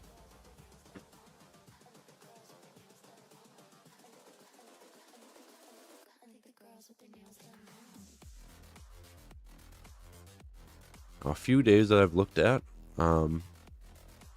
we go down pretty hard early, and then after lunch sometime we start just grinding up the rest of the day. So depending on how hard we drop, if we get down to those 60-40s early enough, we might be looking for a grindy up day afterwards. So just something to keep in mind. If you start seeing it forming, I might throw on a long, you know? Just a possibility of something that could happen. Not saying it will.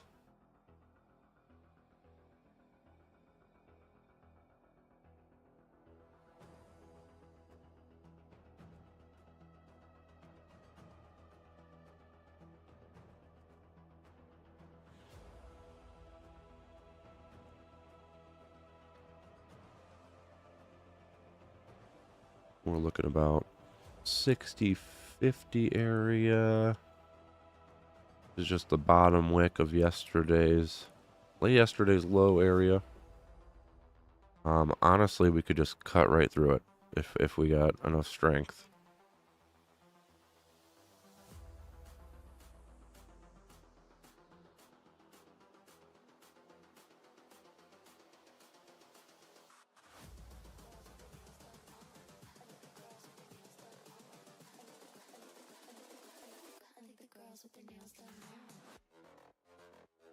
You know, I try to be in as early as possible. But sometimes you gotta miss part of the move and wait for the pullback, right? That's okay. It's okay to wait. And I was talking about like the formation of supply and demand takes on a 5-minute chart. It's going to be like 15 minutes, right? So I mean, this took 20 minutes to form, and then we had to wait 10 more minutes for a retest. So it takes time to develop, is basically what I'm saying.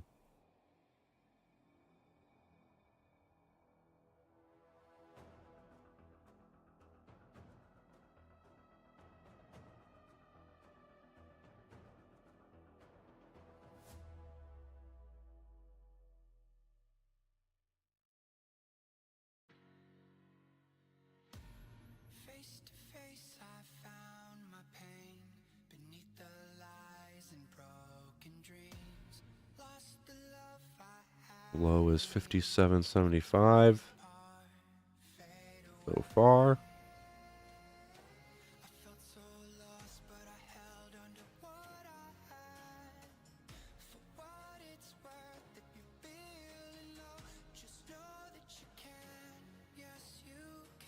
About 5-minute trend.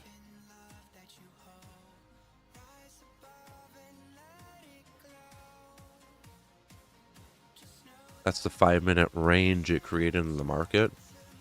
So ideally, we should hold somewhat that shape if we're keeping that same amount of strength, right? Or make it steeper. If it gets steeper and steeper and steeper and steeper, and then you're going to bottom.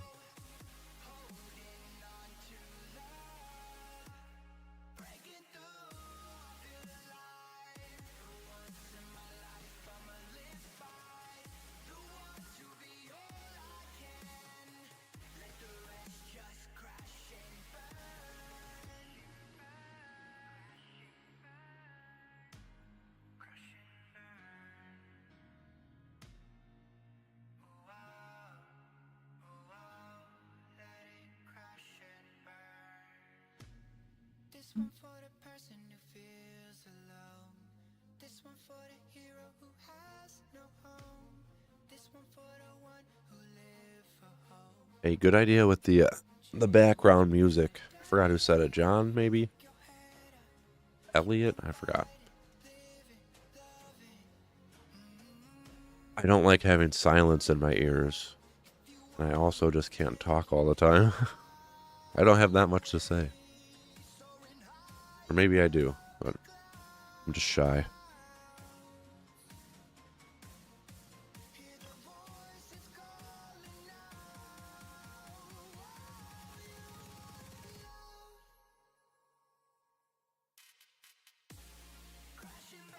So we'll see on a pullback if we get a more supply to form.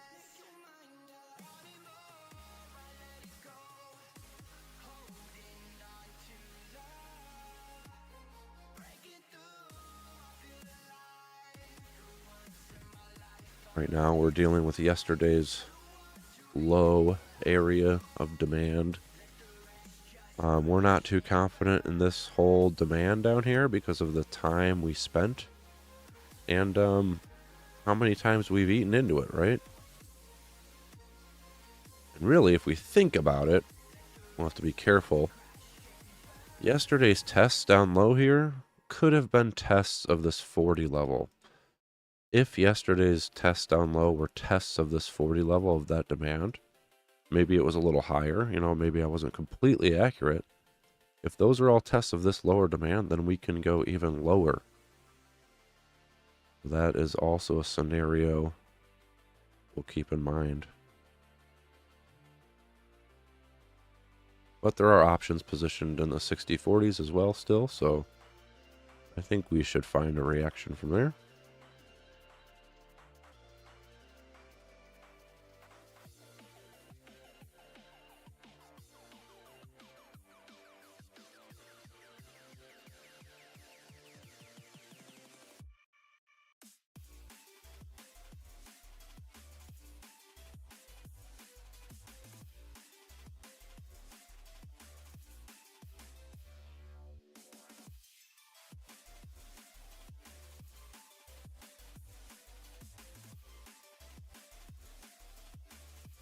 And in terms of things to practice, I was talking about just opening up a chart, looking at every time the market stopped and turned, all the turning points, and then looking to the left. What happened to the left of those areas? Were there levels there? What did those levels look like? And that'll help kind of train yourself what to look for. And I was going to say another thing that I just completely... The reason why I brought that up again was another training thing. Go day by day on the 5 minute and go candle by candle. You know, like, go candle by candle and mark, okay, this is supply. You know, this is demand. This is supply. And see how the levels hold or don't hold, and the direction you're going, you know. See what levels you could perhaps ignore that don't even matter.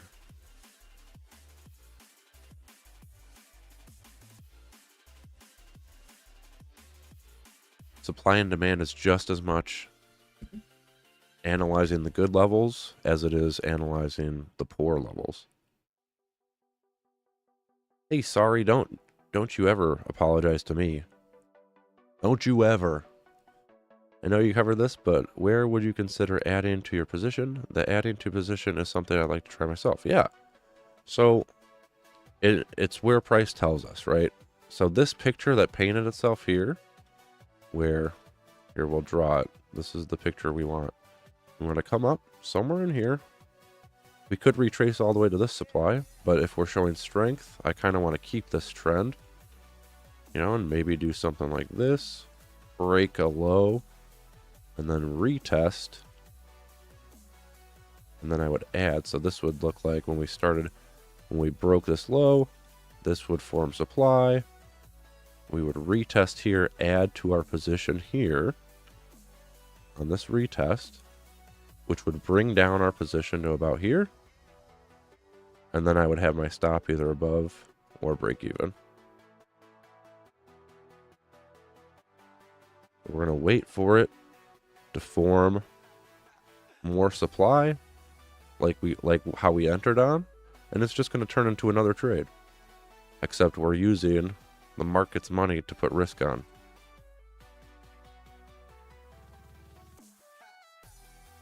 So ideally, when I add to the trade, my position is above the supply we formed. In the worst case scenario, that supply fails. Okay, supply's starting to fail. That's fine. I'm out break even.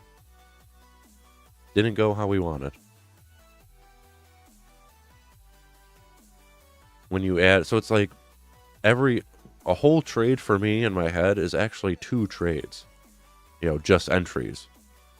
So I got to be right twice in a row, essentially. But as price starts proving itself, you get more confidence in your idea.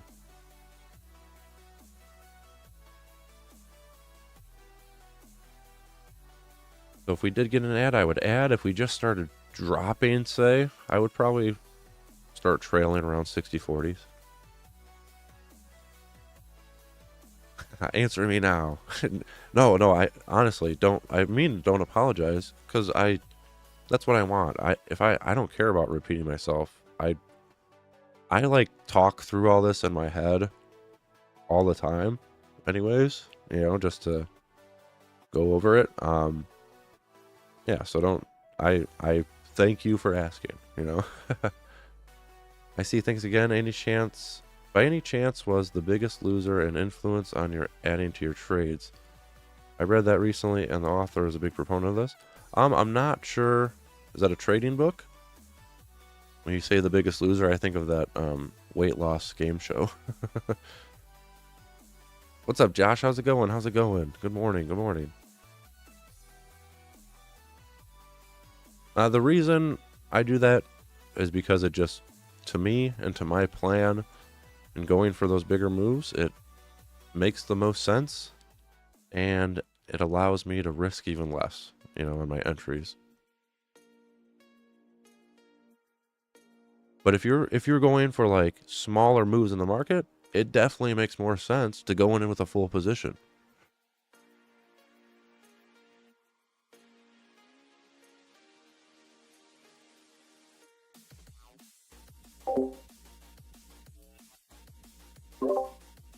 Or if you're more aggressive and you would use a smaller time frame, you could do the same thing on a smaller time frame. It's just going to be quicker. You know, in 1 minute you might have seen supply forming here, and then got it in a position here, and then added on this supply. On this candle here, on the 1 minute, there's probably supply there that we retested right there, right? But I'm not trying to be.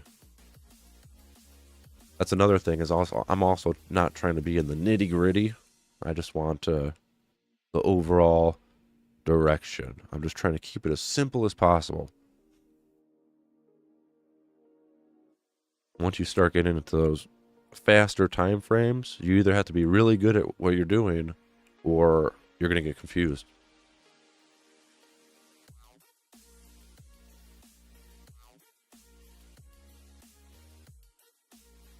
But yeah, it's all a style thing. All the style. I would definitely suggest for giving it a go.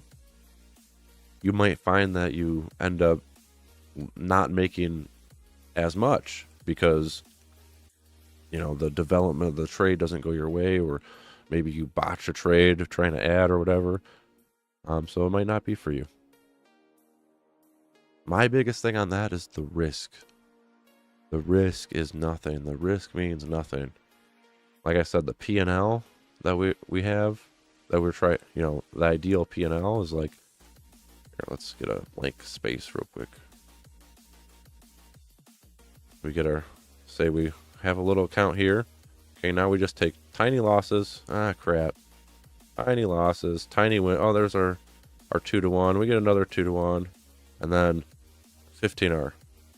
Okay, tiny losses, break evens, tiny losses, break evens, 20R. So this is what, you know, this is what this type of trading does to your P&L. That's the idea behind it, at least. Going with some more strength down. Like we said, we don't think we hold this bottom area. Likely go lower. We'll see how we react to the 60-40s. Like I was saying, if we consider yesterday to be a test of that level, well, that level's quite weak. I don't know if we really show strength to the downside. I don't know if the 60-40s will hold us up. We might go slightly lower. That would be completely reasonable to come back down here. But one level at a time, right? We can't predict. We have to see how price reacts. Yeah, you guys both like that book. Kind of changed my thought process on how to maximize process. I just need to do it. I think watching The Almighty, or you could just call me TJ or Tej. That sounds way too important. Is helping the mindset. Maximize profits. Oh yeah, gotcha. Yeah, I'm glad. And I've said it before, I'll keep saying it, is doesn't take many good trades to be profitable. You know, a handful in a month. If you're risking properly, let's say there's 5 days you don't trade, there's 10 days you lose, and there's 5 days you win. That could be all you need. Not very exciting. It's not doesn't get your heart going like throwing on 20 full-size contracts for a 4-point scalp or whatever, you know, but realistic, I would say.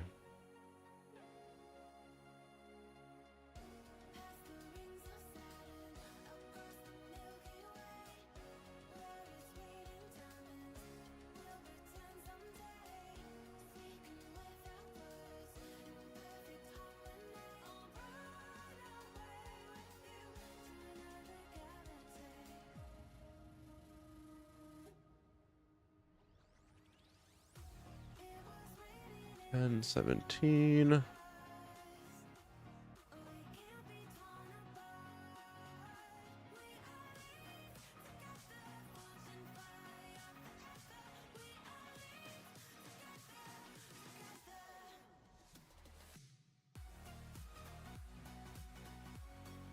Like we're saying, if we get a strong move down, if this continues to after lunch and we make it to one of our key levels, we could retrace most of it.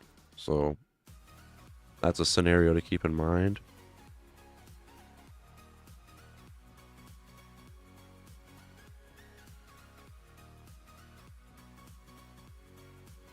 Like right here is supply that we're coming to retest. My reason for not adding this is because I would rather see it pull back so there's room to the buyers. Right now, these levels that we're looking at, like these buyers down here and this supply are right on top of each other. We have not broken these buyers yet. Until we break them, you know, they're not broken. So we have to assume that there's some sort of buyers here. So since this level is so close to these buyers, you know, maybe we didn't get the retracement yet. There just isn't enough room between the levels on the 5-minute right here. But this is the picture we would look for to add, right? On this down candle, we broke this low, formed supply, pulled back into it, boom. But for the reasons I mentioned, I don't want to do that. This was just a lower low into this demand area. So perhaps we didn't. Maybe this works. Maybe this turns and we go right through it. But I'm trying to play probabilities.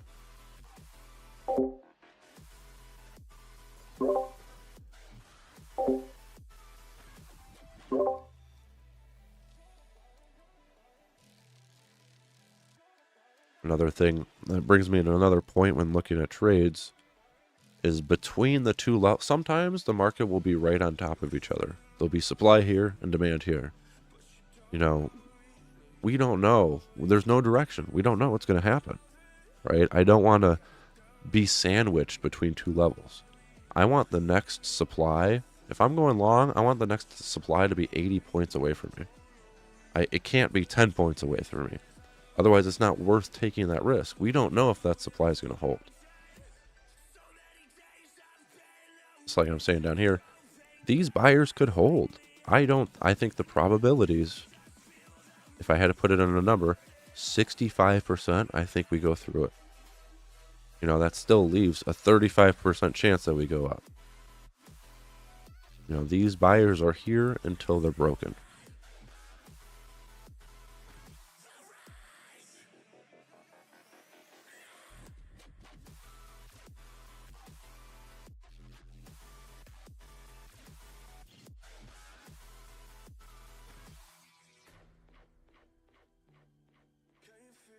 We would have gotten, that would have taken us out of our position. Well, yeah, that would have gotten us out of our position if we added to this area. But being too close to buyers, see up here now, if we pull back up here and form supply here, then we have room to go down a little bit.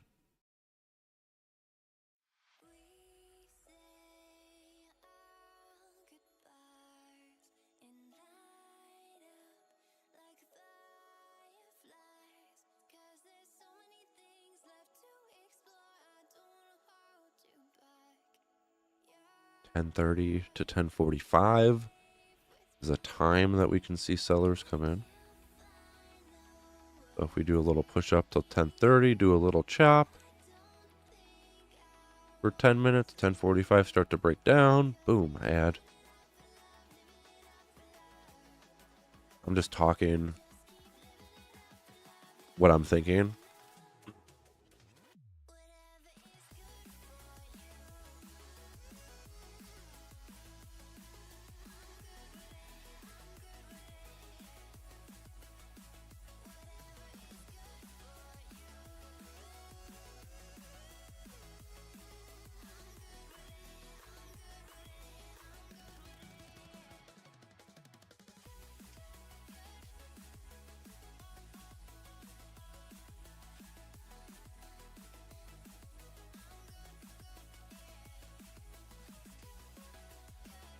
Whoa, whoa, whoa, whoa.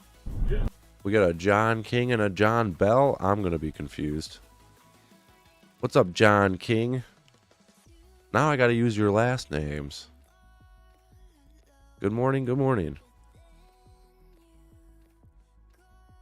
Just for anyone just joining, our idea today, wanted to see an 839 push off the open. Wanted to see sellers come in. We think we can go through yesterday's lower demand area down to the 60/40s. That's what we're trading to do right now. I'll add to this position if we form some supply in this area. We got into this position on this down candle here. We formed supply. Let me get rid of this box. On this big down candle, we formed this blue zone here. We came up and retested it, and that's where we got in. Boom, quick recap. Haha.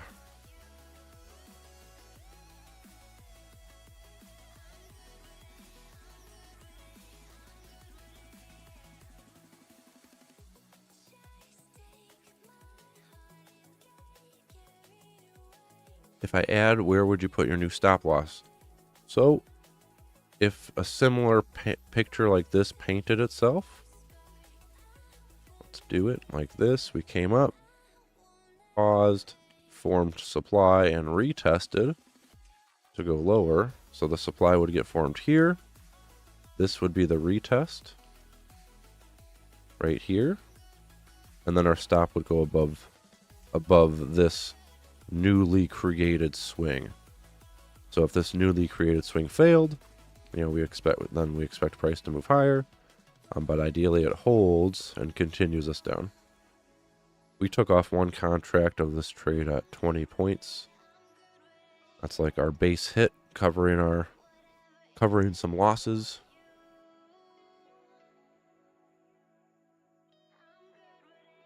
Not losses today, but just previous losses. Around 10:30.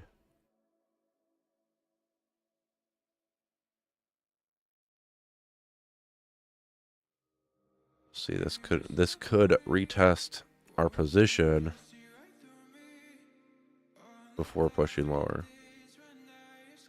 We're in right in the supply here.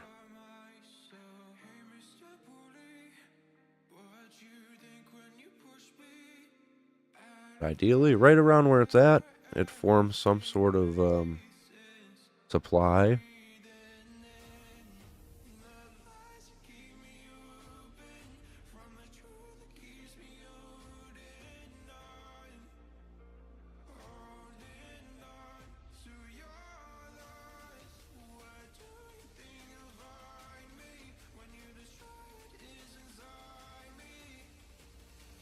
Sometimes I don't have my headset on right, and it's just like crushing my ears. And I don't realize till they're already crushed.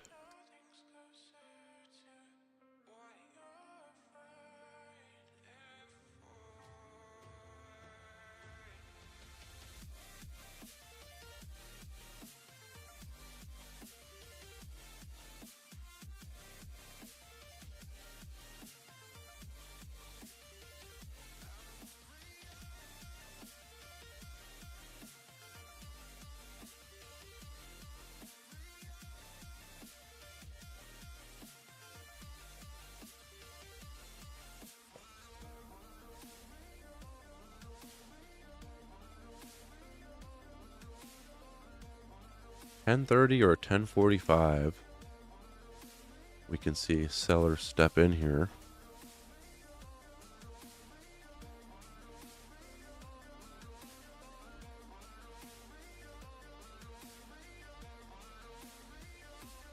Would you consider straight adding at the initial position since that has already created supply? Or would you still wait for another mini supply to form? My reasoning for not adding, if it comes, a lot of times it'll do that. Like if we're at the right imbalance in the market, that imbalance could be tested and pushed it away again. But my reasoning for not doing that is because I want to use some of the market's money for this next trade. So that means it has to be a little bit in my profit at least, because I want to use this $50. So if I take a trade, I could take more risk, and I'm covered like $50 of that risk.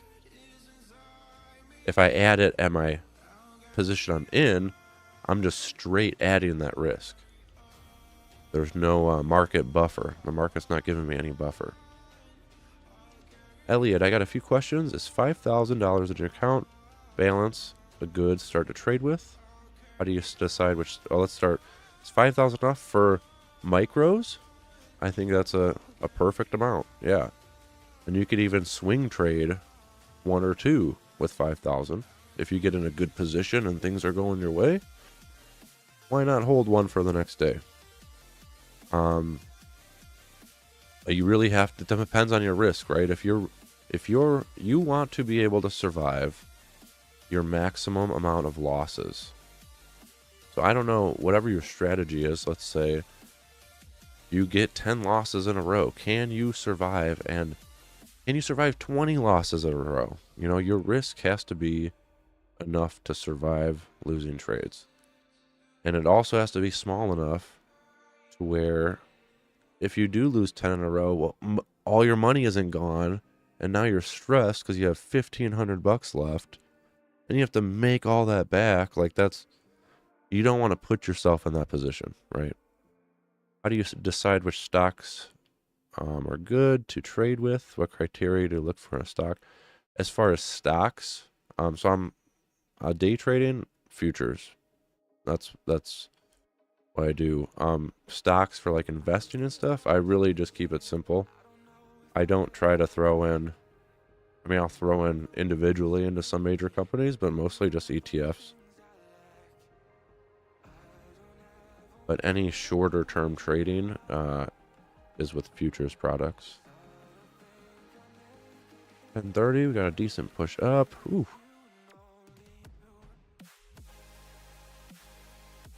These buyers are going to prove me wrong down here, are they? Like, oh, you thought we were weak? Think again.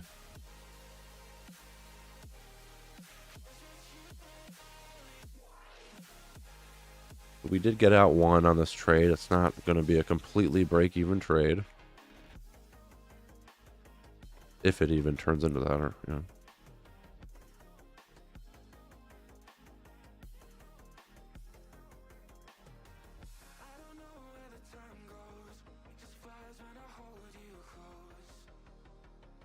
Things are playing out how kind of we expected. Came down to here. 57s. Looking for a bounce. Looking for supply to get formed in this area. We'll see if we get that. This could just drop. Which would be cool too. You know.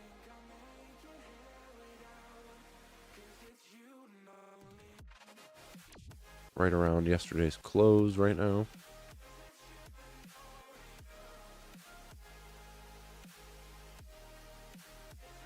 And honestly, I don't know what your disposable income is, but if 5,000 is a small amount for you, that's good. Maybe a small amount is 1,000 and just one micro, you know, and just see how you do. If you start doing good, let's say you make it to $1,500, you make 500 off that 1,000, add another 1,000 in. All right, do two micros then. You know, let's say you make some more money. Okay, then add an and work your way up to funding yourself when you prove that it's working.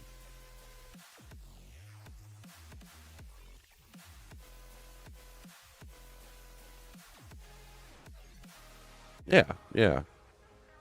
You know, you don't have to deposit everything, right?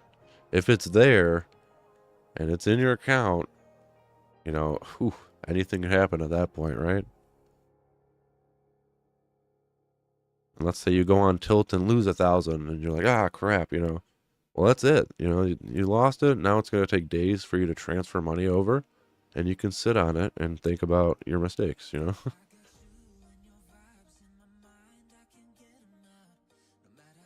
But even my futures account, I only trade 5 micros. And I only keep as much money in the account as I need to hold overnight, right? You don't want to.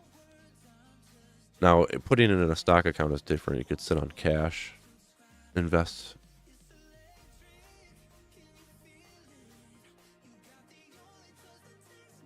I'm just trying to say, don't put your life savings in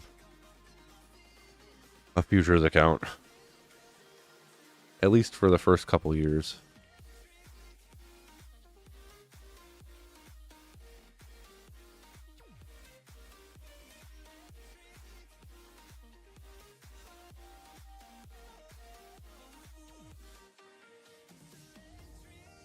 I drew this to this candle low.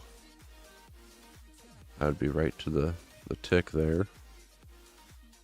I kind of went to the little higher. Everything's an area. And you don't have to be looking for these longer term moves that are like swings in the market that I'm looking for. You know, these zones cause reactions from them. You know, even this quote unquote we thought were weak buyers made a 30-point bounce. That's a hell of a trade. I'm just playing the bigger idea, so.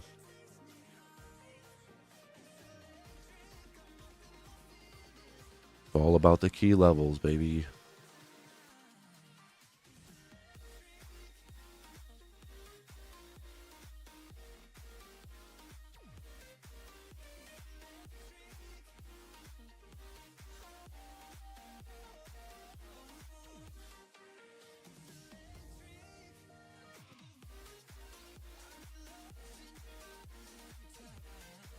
This is a little high. If I add to this retest, I will probably just do one contract. So then I won't be risking as much.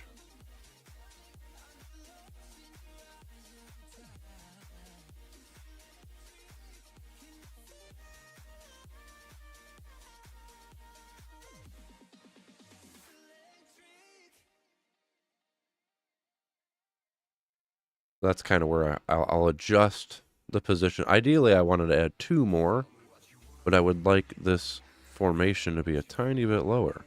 So I want to use the market's money for it.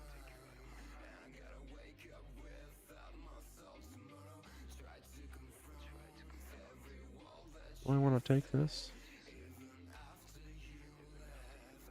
I think where my average is going to be.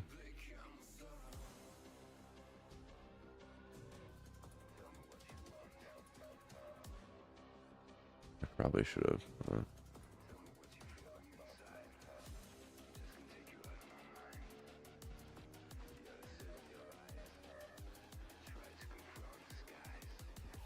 Trying to get a little greedy.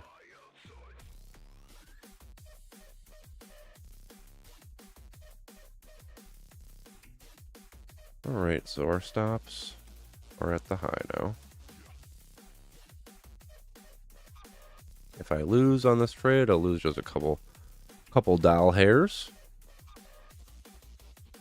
But when we broke this candle low, that was our first sign of forming some supply. That doesn't prove that this is strong supply I'm trading off of, but I'm just trading off the idea of the day.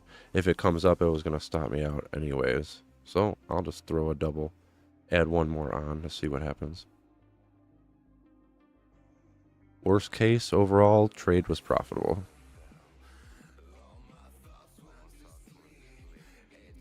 $10.45 is like a selling pressure time.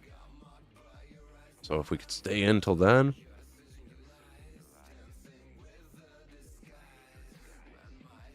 Let's take profits just at the 20 points. Oh wait, no, I didn't, that's not a full position, okay. Oh shoot.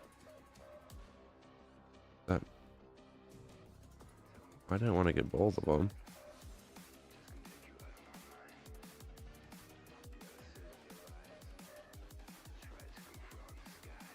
There we go.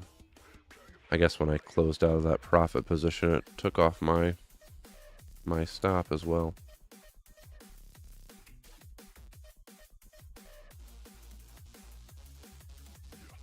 Broke our downtrend right now, right?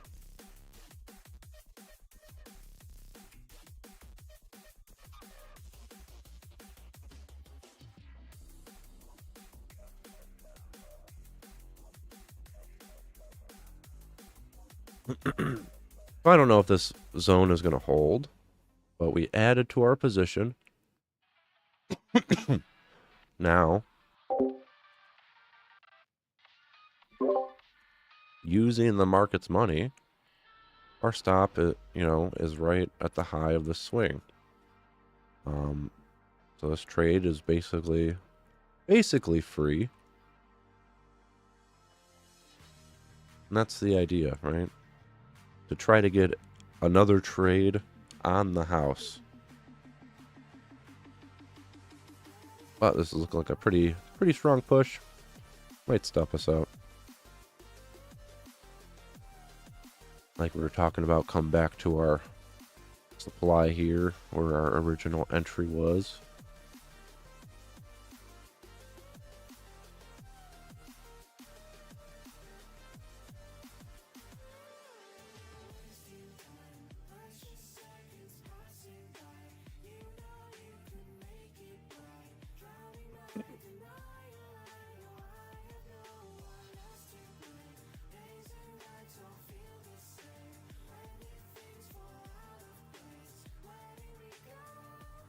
I took this ad.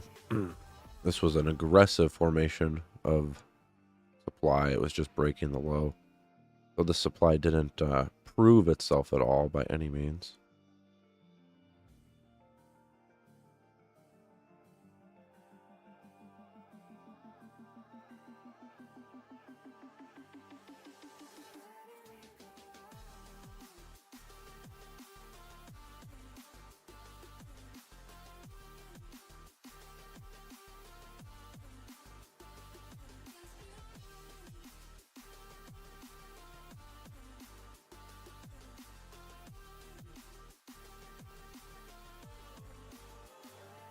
I'm never that lucky where it's going to keep me in. It's definitely going to go up. Definitely going up. I know your games, market. You can't trick me. You can't give me false hope.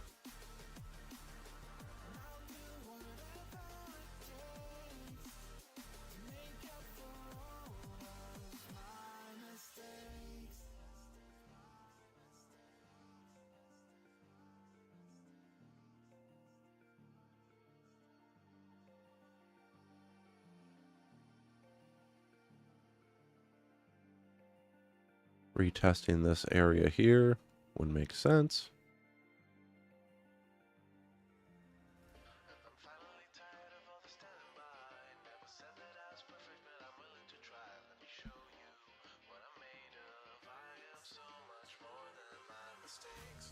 Still thinking that we go through this bottom area. I would be surprised if that reversed us.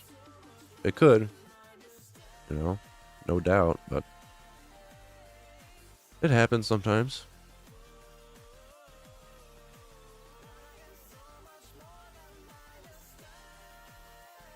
Oh God. Alright, got out of that. So we took 2.5R and lost like $5. So decent play off this down move. Not seeing the continuation yet. We'll see if we can get some more supply, even if we came up here. We'll just see how price plays out. I'm gonna go to the bathroom.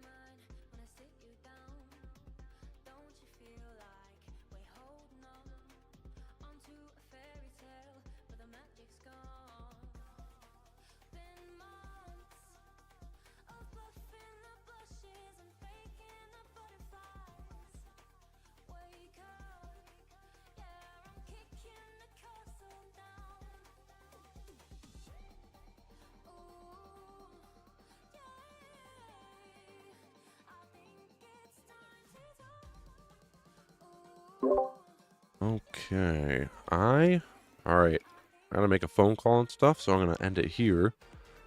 Same plan all day. We think this bottom zone we can go through to go a little lower. We'll be watching this pullback up into these areas to see if we can form some supply. And that's the idea, basically. Might hop back on in an hour and a half, maybe after lunch, depending on where we're at. Otherwise, good luck today, and I'll make a little recap later on. All right, thanks for hanging, guys, and thanks for asking questions. It's awesome interacting with you guys. I hope there was a few tidbits that you could maybe bring into your own